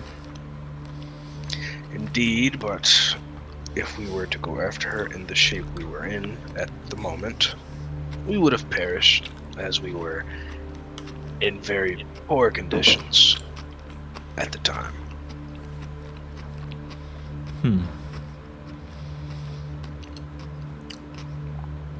The banner, which reveals the next part of the prophecy, is revealed. And I believe Sky Blue would be very important for the details ahead. Regardless,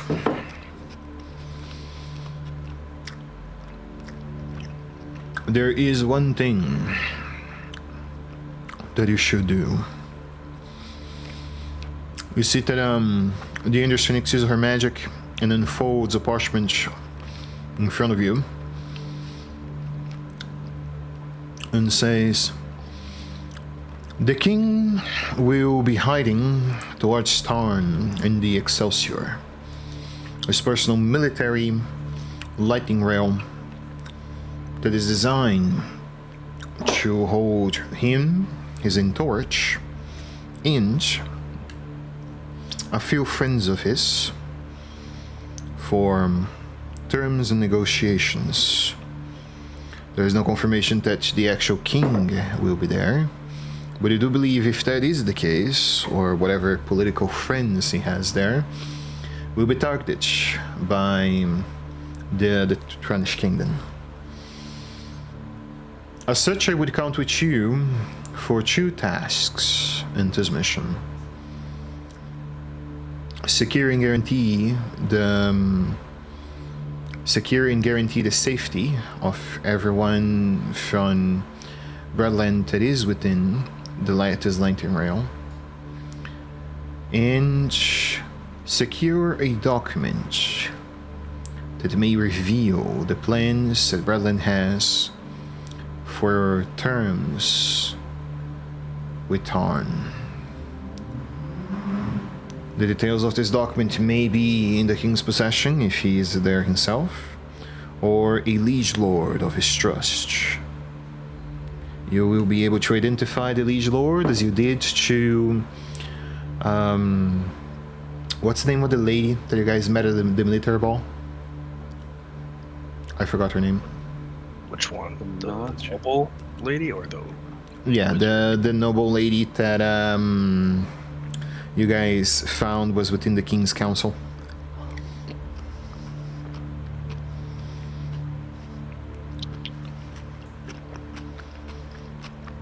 Oh, yeah, you guys get the idea. He will hold the same identification pin. A ruling Garnet? No. He That's will the hold the same necromancer. identification pin of himself. A dark green lantern the one- pin into him.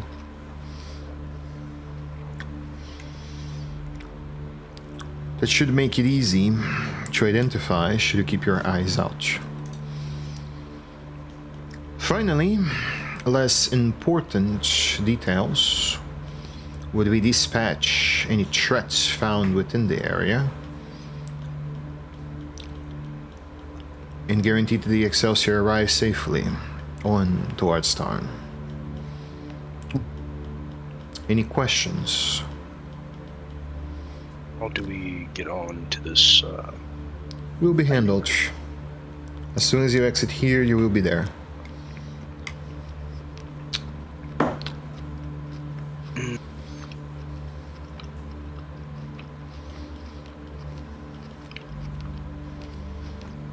How long does the trip take? Roughly. 4 days. So we need to protect him for 4 days.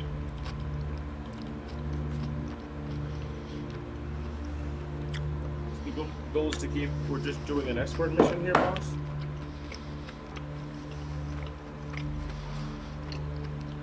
Pretty much. The Anderson raised her eyebrow. Without to mentioning ensure- anything. You have to ensure that the passengers of this lightning rail get to their destination safely, gain some documents through our own means. You understood that you do have to take the documents so I can understand what the plans of Bradland hold in regarding and what the next piece of the prophecy is, correct? Yes. Very well.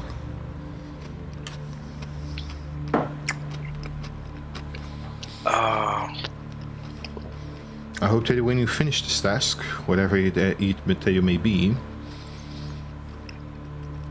you may recover the girl safely, as she is again an important part of the prophecy. Yes, it will be done. I imagine that since she was captured, they want her for something, so she must still be alive.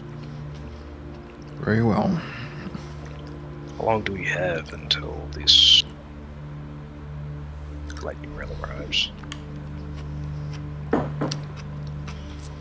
It will not arrive. It is already on track. As I said, you will be there, don't worry. Okay. Will we be welcome there? No. Okay, that is good to know. Can we do Wait, some... I'm confused. We're not going to be welcome, but we're supposed to go there to protect them anyway? Indeed. You may entourage and pretend to be part of the crew, or the guests, if you wish. Mix among the many, and you will have to find the most plausible cause for you to be there. What if we just told them honestly that they were in danger and we were here to protect them? You see that the Anderson smiles and says, "Do you trust the pride of the King's Council to trust foreigners?" Guys, we all need to shapeshift into a... Ah, damn, you guys can't do that. Fuck.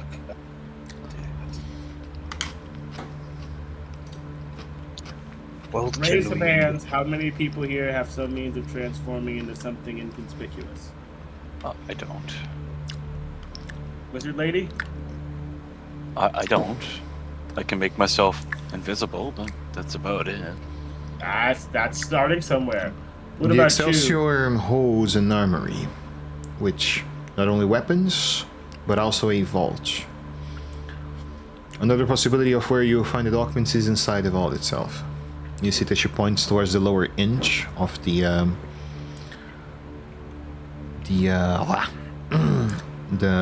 Excelsior.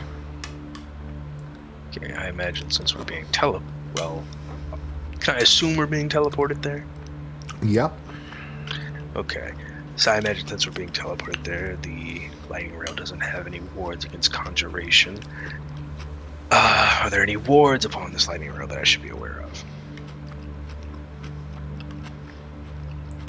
There are mages within the vessel, including one which you are familiar with.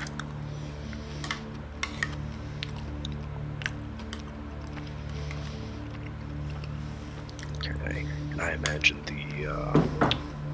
the guest of the lightning rail would be those of nobles, Indeed. well-dressed folk. Do we have time to prepare our outward appearances before going?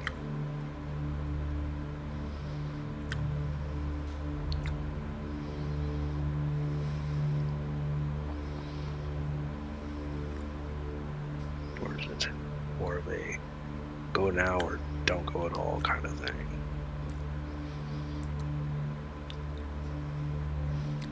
You have one shot at your entry. So be sure to do it properly.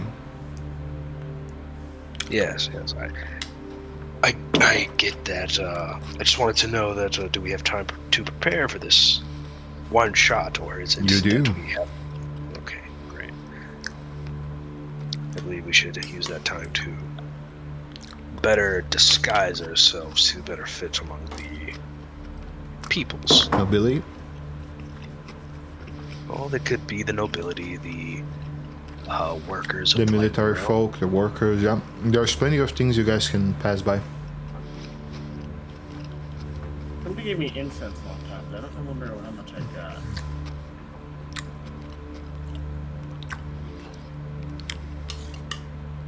I'll write that down.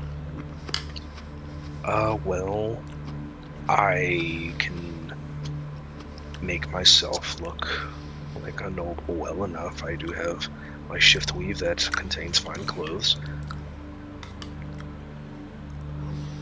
And is there any, I imagine we could probably fit our barbarian friend, or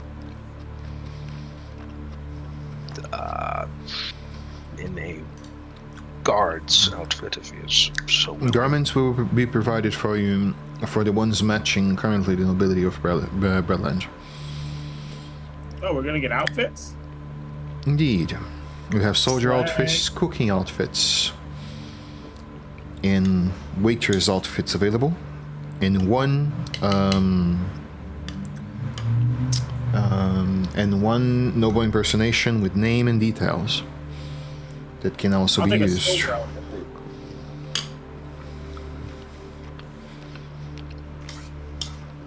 I'll take the soldier then. My physique fits. Not the soldier cook? part. You look like Well, a you good thought I was cook. gonna be a cook? Heck no. Brother, Well, look like, a why you want me to be a muscular, like, a fucking cook? A buffed cook. No, they only do fitness food. Hey, you could be a really good protein-based chef, man. You look like you get your macros in. Staying that swole has to require good dietary discipline. I mean, you really must be alive.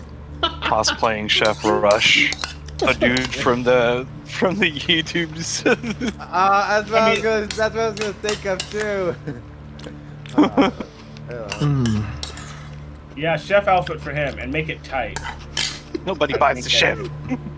I wink at the only male left in the party. Huh? Oh, yeah, true. He's the only guy left. Uh-oh. Oh my god, he has a heron. Get him in a tight chef outfit. What do you got? What do you ladies think? Oh my fucking god, this is so hilarious. Are you literally gonna make that guy? What do you? Hey, I'm not letting that silence go. What do you ladies think? That's it. Oh my Get him in fucking the god, tight this show is back. so fucking bad. Joavnos? Well, I never learned your name, little elf. Bashir. I'm not an elf. No, Go not like- you, Bashir. I didn't Oh. know your name either. I'm talking about the literal elf right there. Who, me? Yes, you're the only elf standing here. That's right. She hasn't been speaking up very much. They're here. Come on, They Shane. followed us. You can do it. Oh my god! Sorry. I refuse to do that. You refuse to tell me your name? Oh, wait. No, I'm confused myself. Name is Hannah. Hannah, what do you think about putting Big Daddy here in the chef's outfit, nice and tight? You can wear the chef outfit if you want. Inside check, is your blessing?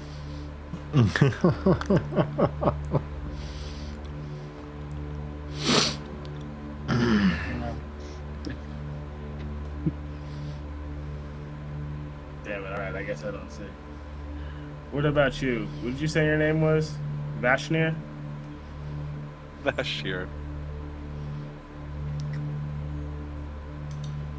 But I do agree with the assessment initially. Soldier outfits might just be the better play here. Because that means we get to be the most intimate towards the people that we are supposedly meant to protect, I suppose. There's a lot of big words, sister. Well, what I'm Well, a thinking- cook might spend their time in the kitchen. A maid may spend their time cleaning. A guard or a soldier has freedom to move around within given parameters. I know. Well, I was thinking, I had a different thought. Karavnos was going to be dressed up as the noble, and we were his private entourage. So this would be his private chef. I would be private guard. Then, what is the other things you say, Miss? You said something. Maid outfit and what else? The gift, Cook, obviously, maid, and soldier, and one noble outfit. So we're gonna put Karavnos in the noble outfit. Obviously, we're gonna put Vidukrem in the cook's outfit. We're gonna put the servant or help outfit on the Gith, and I'll wear the soldier outfit, obviously. Oh, okay. Does that work for everybody? Mila's not. I Well, guess we're let's missing just one do that. person. What person needs an outfit? I like Todd's the one that he did not mention. They only have 4 outfits. I don't know about Hannah. I No, don't- no, no, no. That's not what I said. I said there is one noble outfit, and the rest has more options. More than one. Yeah. Okay, then you guys, short of Viddercrim, you guys can wear whatever you want. I'm gonna wear the soldier outfit. Well, I suppose that makes the most sense. So 2 people on the soldier outfit, and 10. So I'll do the noble outfit. Yeah. Just And I'll double speak up checking. for Viddercrim and say, he wants the chef's one. I he wants smack medium. I would smack that outfit out of your hand and just take your soldier uniform away from you. Oh god. I'm guessing the lightning rail is a train. The lighting rail is a train, yes, indeed. How big of a train is it? What'd you say? 12 compartments normally. This one, since it's a royal military vessel, it's 5 compartments only.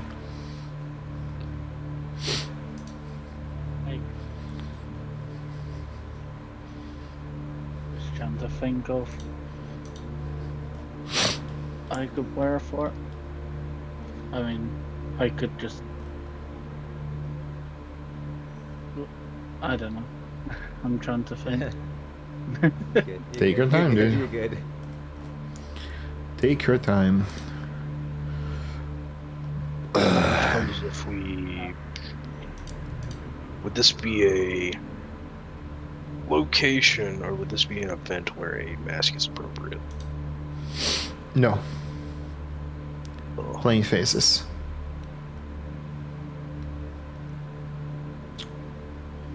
So no. Well, I could always just hide in a wild shape for a bit. I'm going to be impersonating. Ravnos, I'm going to be impersonating your like head guard or not like lead bodyguard. Being as we're of the same kin, it would. Kinky. Why would you say that? Yeah. we would, in being that we're of the same kin, it could be likely that they would believe we've known each other and trust each other. So I got your back.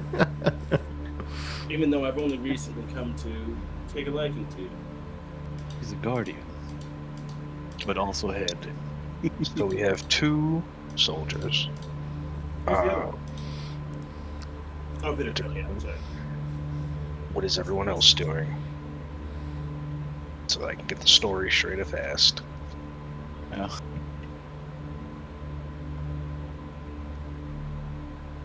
I'm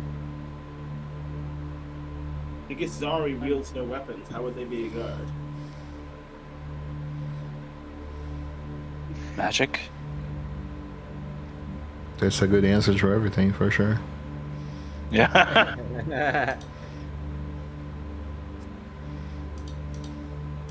I could be serving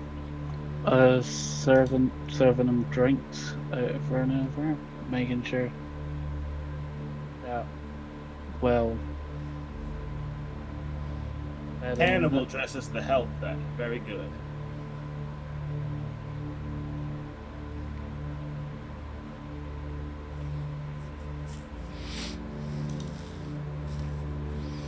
Yeah, I guess that'll be my.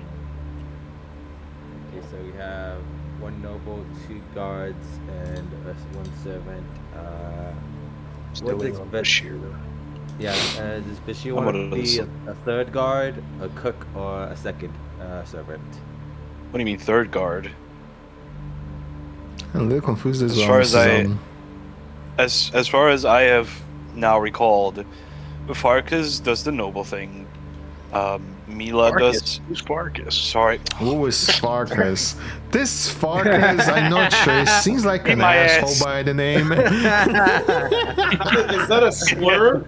Are you calling me a Seems slur? like a What does that dude. mean? Yes. It seems like a What does dude that who mean? needs way too much attention. And fails stealth checks constantly. Correct. He just called you a Correct. Farkas. What does that mean? Karavnos does the noble thing. Mila does the guard thing.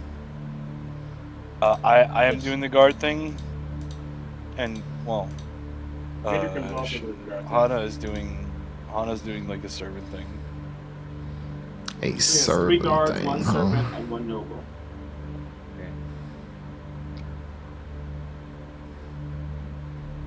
I guess we don't have a cook then. All good. guards. No one in the kitchen is fine. And That's all the just- meanwhile, That's just how important he is. He needs 3 guards. No. I'm one of the guards that is the I mean, since we're given roles, I am the head taster. I'm just gonna destroy every single one of Karapnos' dishes. I'm glad making sure Lewis they're is poisoned. not a male dragonborn. Head taster would be pretty bad in my mind, not gonna lie. Yeah, he's he's by. He got the joke.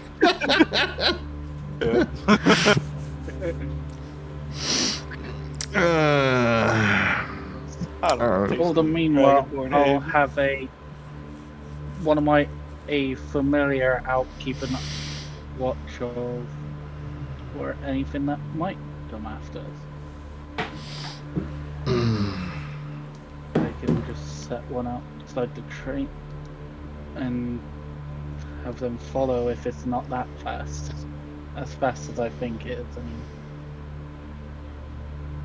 How fast would the train be in like feet per round? How far is what? Say again, Kyle? How fast is the train in like feet per round? In feet per round, the lighting rail, I believe, is 240 per movement. It's really fast, dude. okay, so yeah. I'm not keeping up with it if I choose anything to follow it, so I might choose something that can kind of stick to the walls and maybe like a spider or something. You're gonna turn into a spider? Um, I'm gonna familiar a spider and set to the and have it at the back of the train to watch from behind.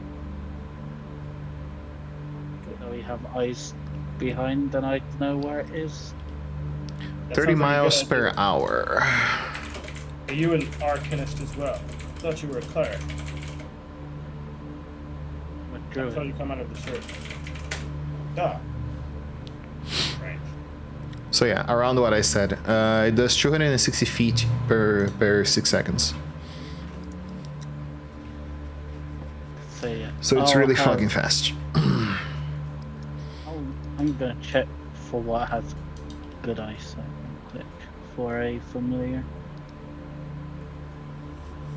Owls are Find pretty familiar. good, I heard.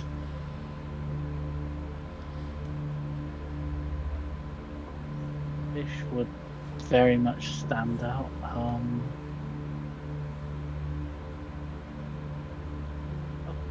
That I could see being able to hang on at high speeds, right? Upside down. I don't know. Yeah.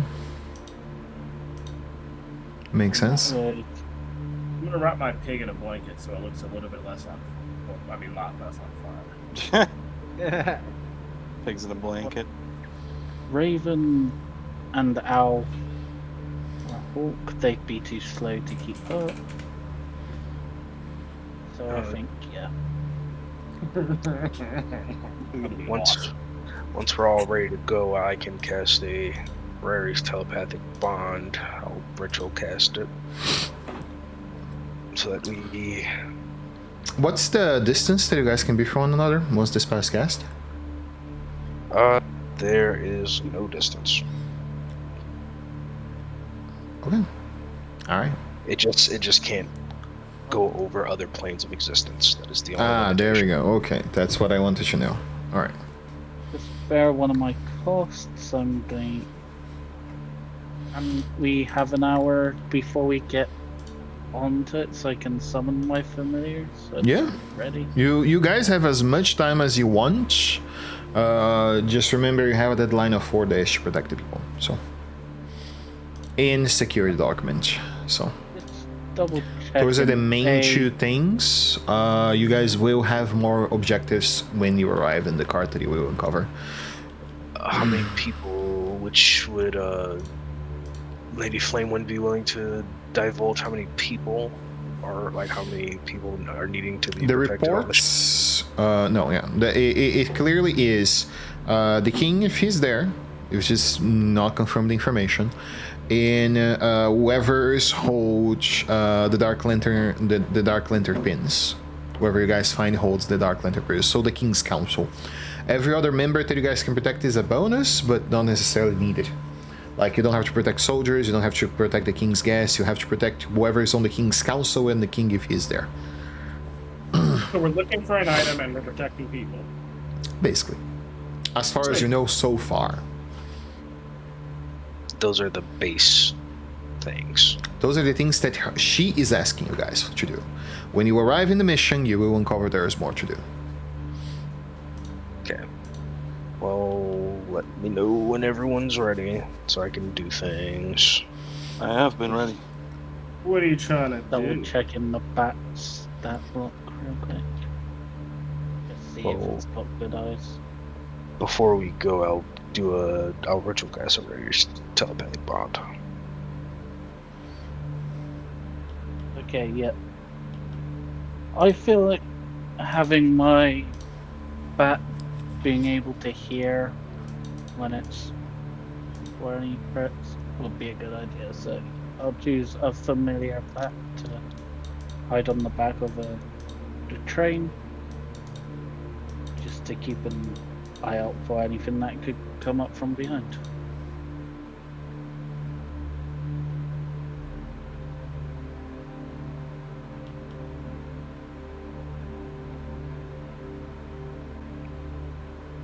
Or I could have a spider and have it kind of looking around for what we're looking for. A spider could potentially enter the war room and get you the vault. I'll be doing that because I can turn into a spider. I'm gonna cast Locate Object when we get in there.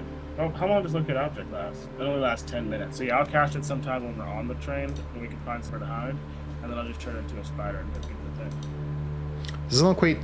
Doesn't locate object requires you to have previously seen. You just need a description. You can need a you have description up. of the item. Yeah. Alternately spoken, locate the nearest object for a particular time. Okay. such as a certain type of Yeah, experience. the Andrew Phoenix can share with you guys. It is a large Val's vessel that would most likely be as big as about a quarter of one of the carts. So, you guys are looking for a pretty big vault, one that you can go inside. And what's inside the vault that we're looking for? One of the potential things that can be there are the papers. If it's not in one person, it will be in the vault. Okay, gotcha. So we're looking for paperwork. Or whatever way that the information of what Redland holds for the terms of what they are after doing may be there. I believe that they also hold information on the Oracle of War somewhere.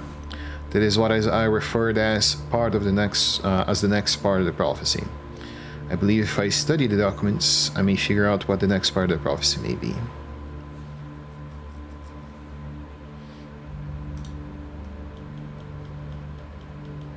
And that's it. Okay.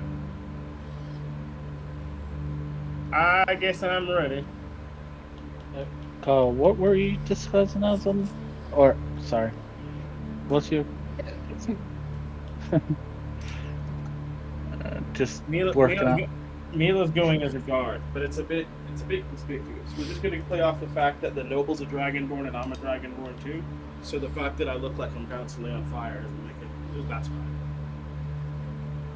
I'm thinking maybe I could turn into a spider and go look for it, because I could like be looking for a cloth and then like kind of. There's no limit on the spiders, brother. Yeah, more spiders, more eyes on. I think it might be important to divulge to you that The mage he did mention earlier that would be protecting the ship is an archmage. So they might be more privy to looking at the wild-shaped druids, since Oh, they're that more makes known to the arcane arts. Well, I guess arcane arts aren't druidic arts, but you know what I mean. Yeah. Just detect magic, unfortunately, detects magic. Which druidic wild shape is a natural transformation creature.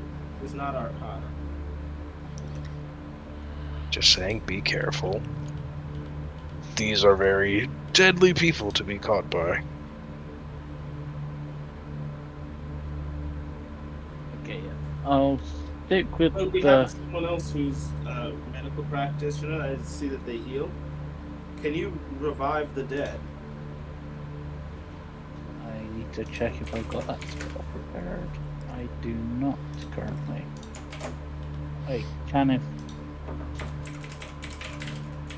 Don't have it prepared right now. Oh, I do. No, mind, I did that. So yeah, I do have the ability to revive the dead. And you have this the Earthstone required, the clear white one that costs a lot of money. The diamond. Yes. I think I have it. Companion pouch. Yep. Component pouch wouldn't contain such an item. Spellcasting material components that have a spell value worth, or sorry, a gold P value worth, aren't contained in the component pouch. You'd have to have spent money on it specifically.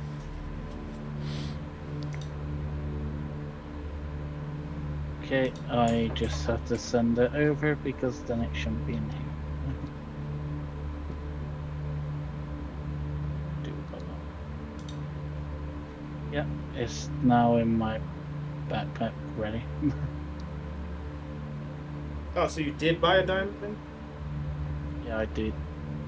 Oh, I was just Have saying it. it doesn't come in the component pouch. If you bought a diamond, you can put it in your component pouch. Yeah, I was. Yeah, I put it in the. I'm gonna just send it over again. Sorry about the confusion.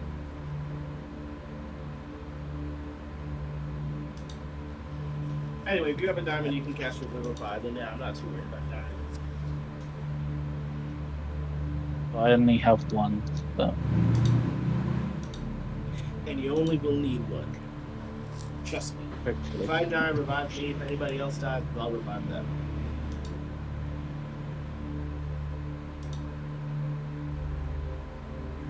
Well, And I'll, let's hope we don't die. and I'll open up my sack, and inside you'll see 3 pretty decently sized diamonds, and then a way bigger diamond, like 3 times as big.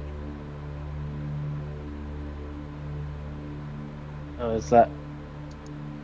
I forgot the name of the spell, but yeah, Yeah. Incarnation or whatever it's called. No. I bought a diamond that I could use for reincarnate, and then what I did was I carved a dragon into it. Or I had Kravdos do so. A diamond that you can use for reincarnate?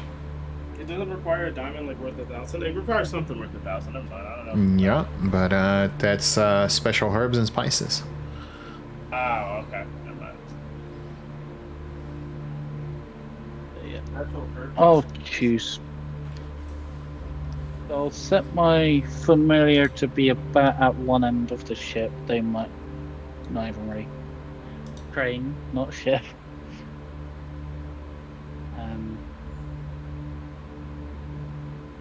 I mean, if they find it, that's not great, but it's the only idea to keep the ship safe. It's about. It's not. Oh my! Ridiculous. I keep calling it a ship for no reason. I know it's a train, and I keep calling it a ship. It is. So yeah, I'm ready to go. I've got my familiar ready.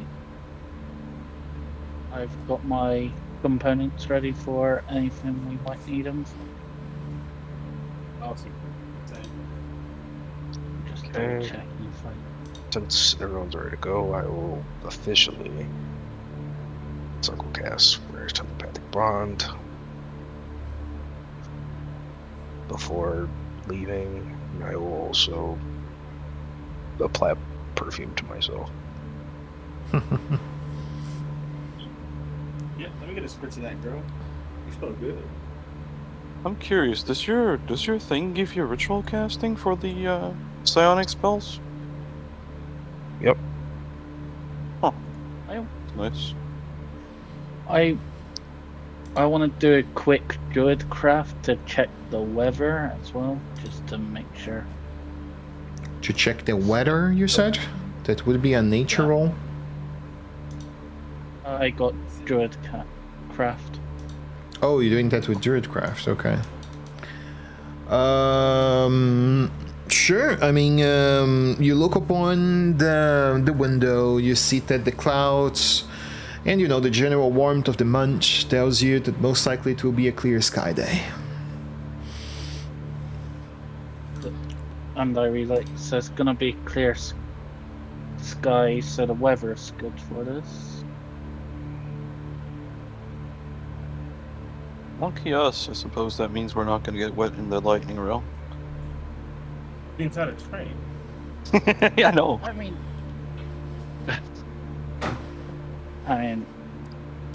it could obscure vision if it's foggy.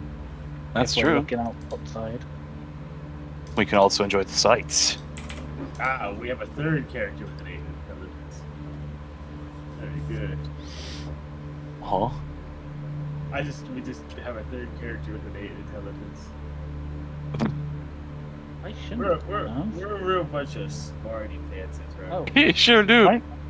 I shouldn't have an Oh, no. 8. I have a band of intellect. It should be working. Oh, maybe it's not attuned. Should be. Let's see. It's not. You have a headband of intellect. It says the effect is inactive. Yeah, that would be why. Give it a try now. I think Suddenly. that should be- Suddenly 300 IQ more. My brain! It's growing! It's growing so fast! Squirrels when it's fall time.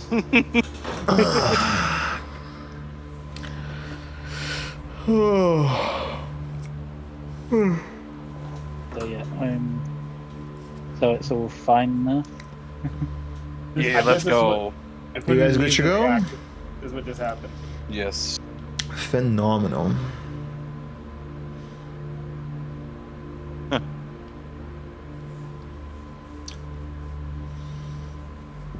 What's that smell? Patrick, are you thinking again? Yeah, Alright. We got plated with it. You guys finish up with the Anders Phoenix, and I need to use the little 6 seconds before I get hold up, just so you guys can hear what is to be expected of you. Where is it? Oh no. Oh. 1, 2, 3. Did you guys get that? Freaking Mission Impossible. Yeah. We're gonna make it possible. Hang from that ceiling, and we're gonna nail it. Okay.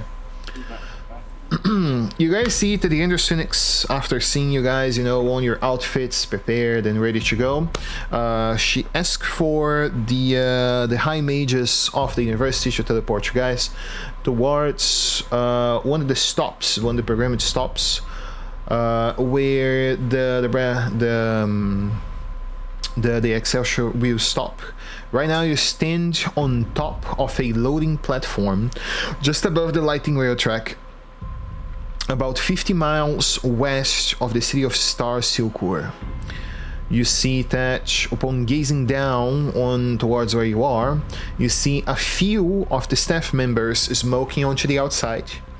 And the nobles currently giving this opportunity to play some games of dice into the casino cart. You guys see a armory, a casino cart, a dining cart, and the private quarters of the VIPs. That's basically what the composition counts off. In one of those rooms, you guys know there is the vault, as Gear the Phoenix mentioned, most likely the war room. And basically that's it. In which direction you guys go to attempt to enter the cart? As soon as you arrive. We're in a cart or not in a cart? You are on top of a, let me read it again, loading platform perched just above the lighting rail track. So you are above the Excelsior right now. Oh, okay.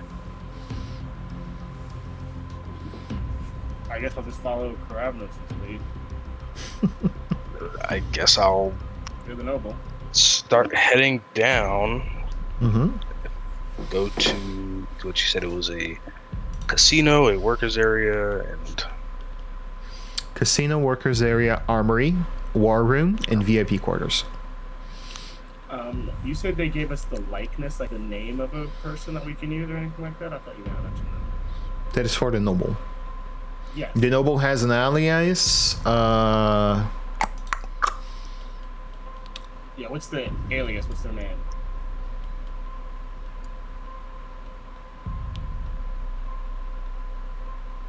Lord or Mistress, Queen. So if the alias is female,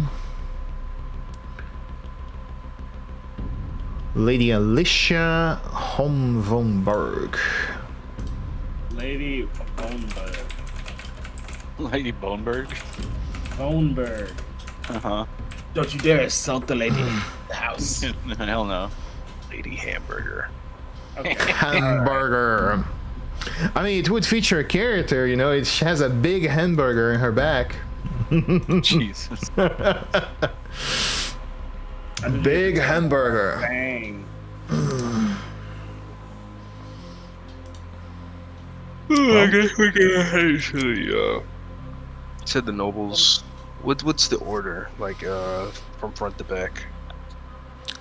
Is it in the order you said? It doesn't specify, so I guess I will go the front machine that pulls the thing, the VIP the war room, the VIP quarters, because military, staff area, casino, and armory in the back. It's what makes most sense to me. So I guess we can start with the casino. Get a lay of the land before heading into the jaws of the lion. Belly of the beast. That'd be a Belly great of the idea. beast. Well, the casino Lady is the best place to mingle. Boneberg. Yeah, so casino would be what I think the absolute best idea, Lady Boneberg. Let us go mingle. Right now. What the fuck is this smell?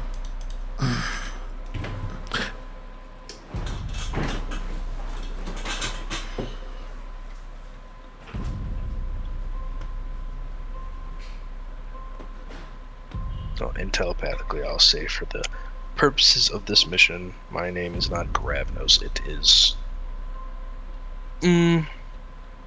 Something that's Lady Alicia Rod Von Borg. Lady For Alicia. for the purpose of this mission, my name will be Grace. Sure, something. Grace. Yep, Grace. That is a I normal thought you name. were. Well, you were giving an alias. If they have like a guest list and you're giving this alias for a reason. Oh no. Well, you could just show up and say, I'm not the person you're supposed to be. You're specifically given the alias by the address. Let's maybe use that one. Oh, that was the alias we were given? No, that's the alias Yes. of the. I thought that was the alias of the noble. Yeah, that's You're the your noble. identity. You remember? You put on the noble costume. You're pretending to be a noble. That's your alias. That's the The person. noble we saw before, but I'll take that. Oh, well, I could be wrong, but that's what I thought. I thought that's what I asked the DM. Yeah, you're given an alias. That's what they said. Okay. Yes, the I'll use noble gets an identity, as in you playing them. I got confused. I thought this was the noble from the previous session that was No. about, You finding out are- information. You are now Lady Alicia Ron Von. Yep, I will take that. Only refer to me as that. Yes, Lady Von Berg. Nope, you gotta say the whole thing. I think we either go full name or first name because we're not sure if it's Lady Borg or because Von and Borg are two separate Lady Borg. Because You will Borg be is just assimilated. it could just be Lady Borg or Lady Alicia, but Von Borg is I don't know. You're getting into like the second middle name type there. I'm gonna call you Lady Alicia as to show familiarity. But all you other people who aren't as high up as me in the guard ranking better use the full one Okay, yeah. Mm-hmm. for the role play. Hannah will just refer to her as Madam. Hey, it's not Slickback. It's a pimp named Slickback. You gotta say the whole thing.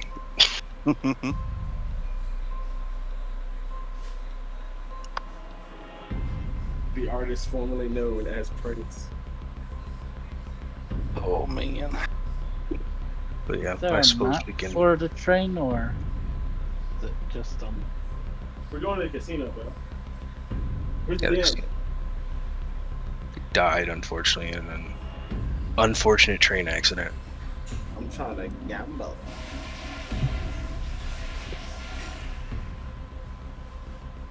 I know he said something about his food is almost here or something.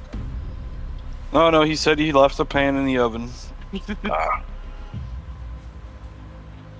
That was close. Pan. Close. Yeah. Lewis, why did you leave the pan in the oven, Lewis? God damn it. Yeah, see? Fucking Told you hell. not to do it. Alright. So, casino card. So I may describe it. Alright, phenomenal. Just want to confirm none of you are wearing working suits, right? Only military personnel? I think someone's a servant. I think that's. Hana servant, and other than that, yeah, we have soldiers only.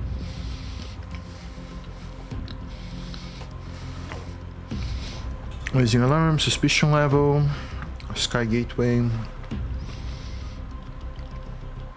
Okay. Yeah, sorry. I actually forgot that, but it will not be relevant for the next 10 minutes. Just choose for next week one of those items. You guys get one of those items. Oh, Jesus Christ. Is it in the Discord? It is on Discord, yes. If you're gonna read, don't read it loudly. When you guys board the Excelsior, you see that it rampages and whores stun range of you. The train glides up on above the platform, and you guys see that you enter just in time as it's leaving.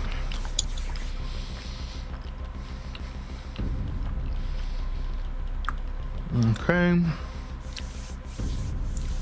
The galley car ahead of you guys is filled with a string of rising gleaming brushes and metal tables.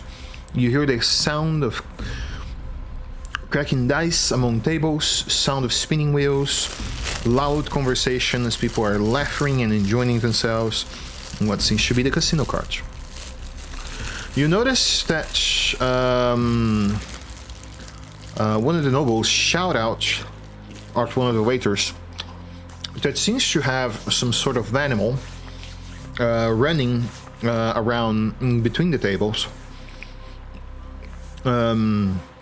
As she drops a wine bottle, and you see that one of the nobles say, "What are you doing? Clean this off and get to work." You perceive that as the lady put the dishes down, you guys arrive just in time to see that the locals seems to be, as expected, noble assholes. And when you arrive onto this area, you see that the people here seems out to wear small badges, signet rings, the sort of things that would, you know, show out their house. You guys notice one heavily armored man, which seems to stand by the door, and you perceive that he seems to hold an emblem with the symbol of the British military and the shield in the back. Someone can roll me a history roll on that. My character just. Only one person or anyone? Anyone that wishes.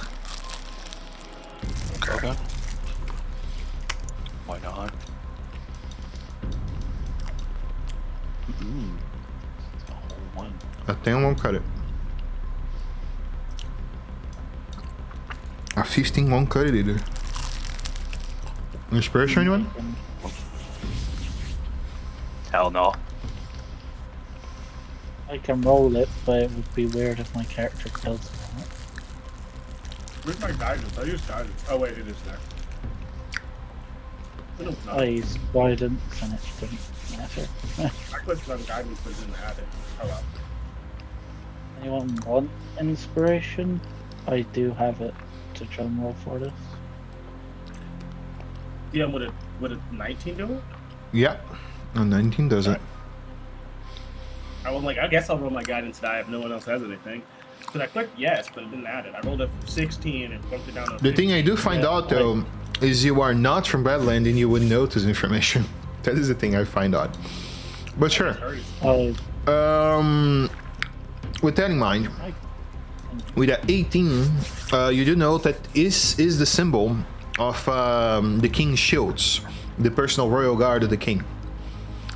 And normally where they go, the king goes. Specifically with that 18, you guys note that the man ahead of you is Captain Sortan, the one of the two captains of the King's Guard. We'll say all of this in Rary's telepathic thoughts, so that everybody knows it's correct.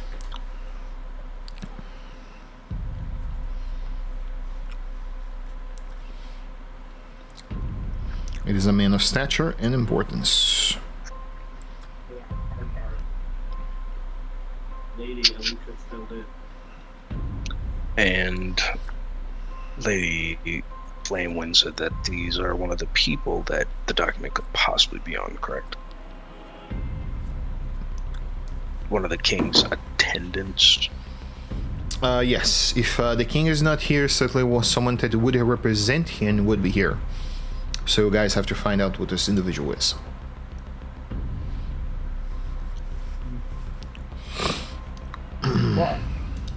what I'll do is excuse myself from the room real quick and so to make sure no one's around. And Okay. cast a speak with animals on myself. Okay.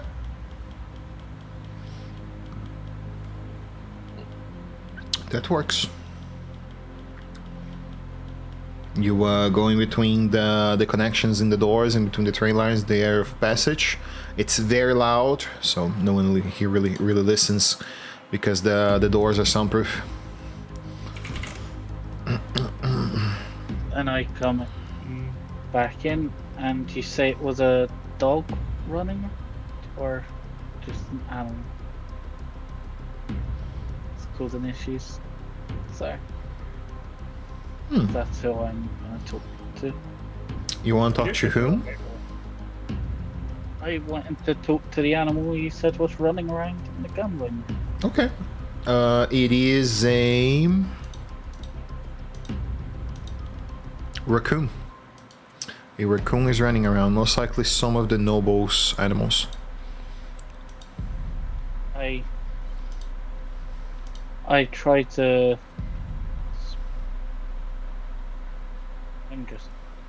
I try to speak with it and ask. So, who is your. Hello, little one? I say. So, I say, hello, little one. Is your master around?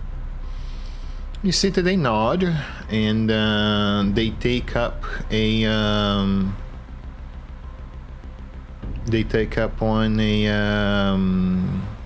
his two paws, standing up to you, and they point with the nose towards. Where is the guest list in this? I know I saw it somewhere. Towards a man in the back, sitting by the crab stable.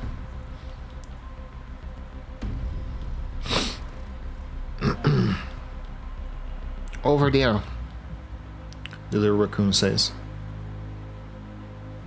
Would you happen to be able to tell me his name? Master, that's all I say. Guys, I haven't. Have you heard anyone else call him a different name? Hold up, give me 1 second. I'm barely hearing you. It might be the music. Say again. I ask, have you heard anyone else call him by a different name? They call him Kor. K-O-R. And I feed that back to the group. So we have one of the names of the nobles over there, Kor. I then look to see if there's a street around them. And it's a raccoon. I'll walk up to Hannah and be like, "What did I tell you about talking to rodents? Sorry about that, everybody. She's just a help, a little weird, you know." Okay, this is. And then y'all use rare telepathic bombs like you're talking to a raccoon in the middle of the dining, you know, in the middle of a casino full of people. No one's paying attention. They're busy gambling their money away. And we have a name of one of the nobles now. So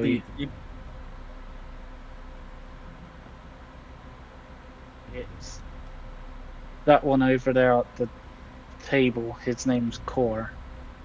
I will, in rare telepathic bond, be like, "Hey, see if you can offer it some food to listen around and gather information and just report back anything that they see weird that the humans are trying to keep hidden away.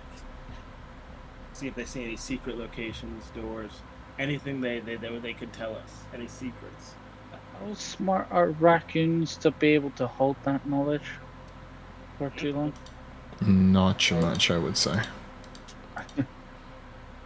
Last time I tried to get a rat to do it, it didn't work out.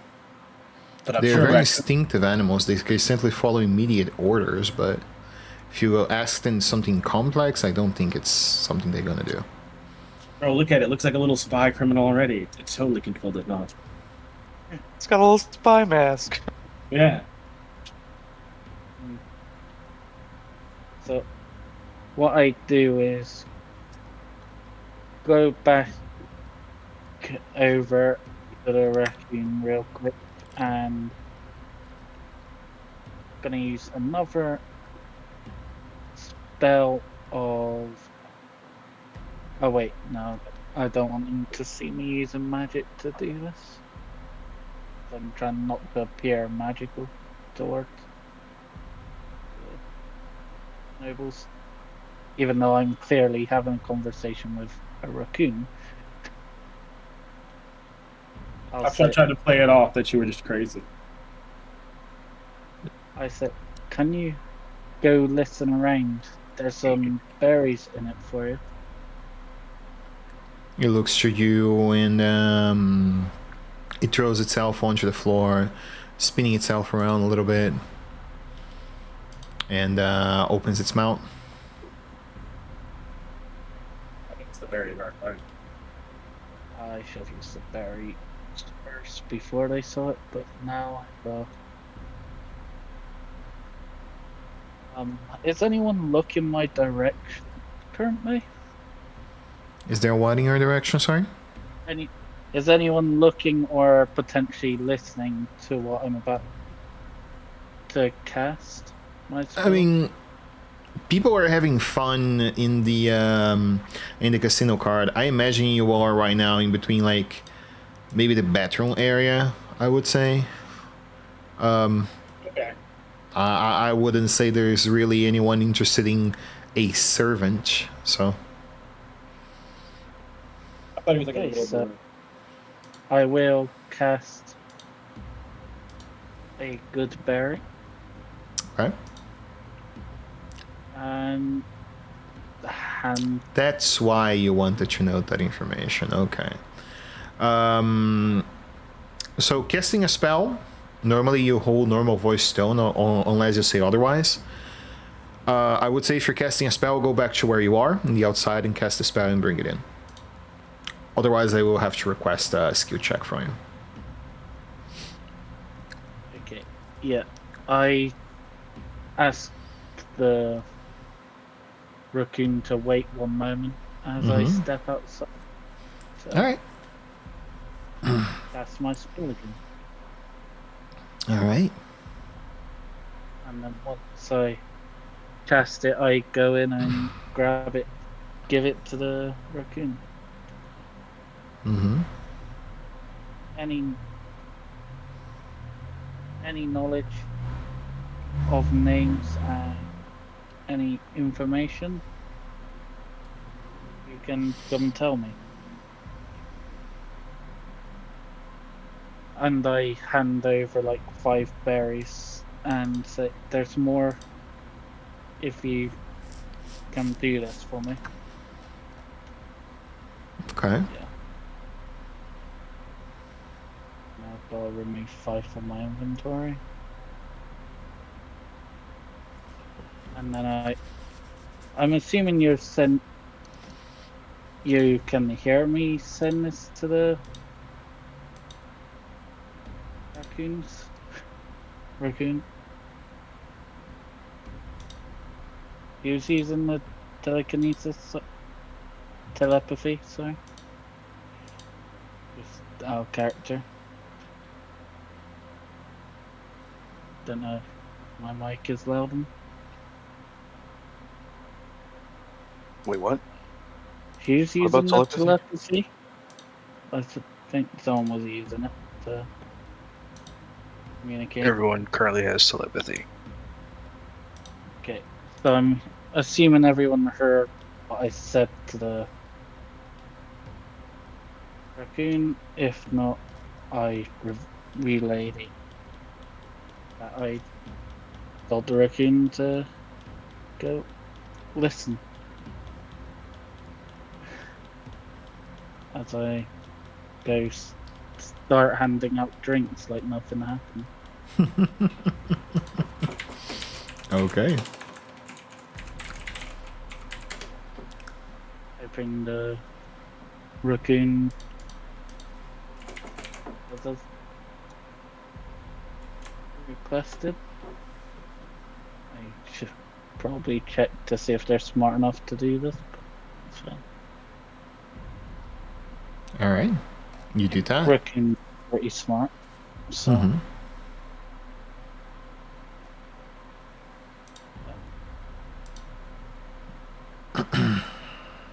I suppose I remember. Is there any objectives that we are finding? Remember that was said we would figure that out when we get here. I You know guys mine- have to figure by yourselves what else is to be done among the tasks. You guys need to conclude 2 tasks. You know 2. And I will tell you guys why after that. So, I'm going to remember that. What was the knight guy we saw? The one that I rolled the history check on. the one you rolled a history King's check Guard. on? Yeah, the King He Star is the Captain Sorton. He is the one of the 2 captains of the Guard of the King. Okay, is he married? what? Is he married? Okay. No, I guess. Perfect. I'm gonna No, go you over should've- there. Oh God, why'd you? You will on the next session. I'm gonna go over there and try to flirt with him. That's fine. You can. You can on the next session. Oh my fucking god! It's gonna be phenomenal. What is gonna happen next week? All right. For those who watched us on Twitch, thanks for watching. It was interesting. It's gonna be a few more interesting. I'm not gonna lie by next week. And for those watching us on the stream, 2 hours earlier.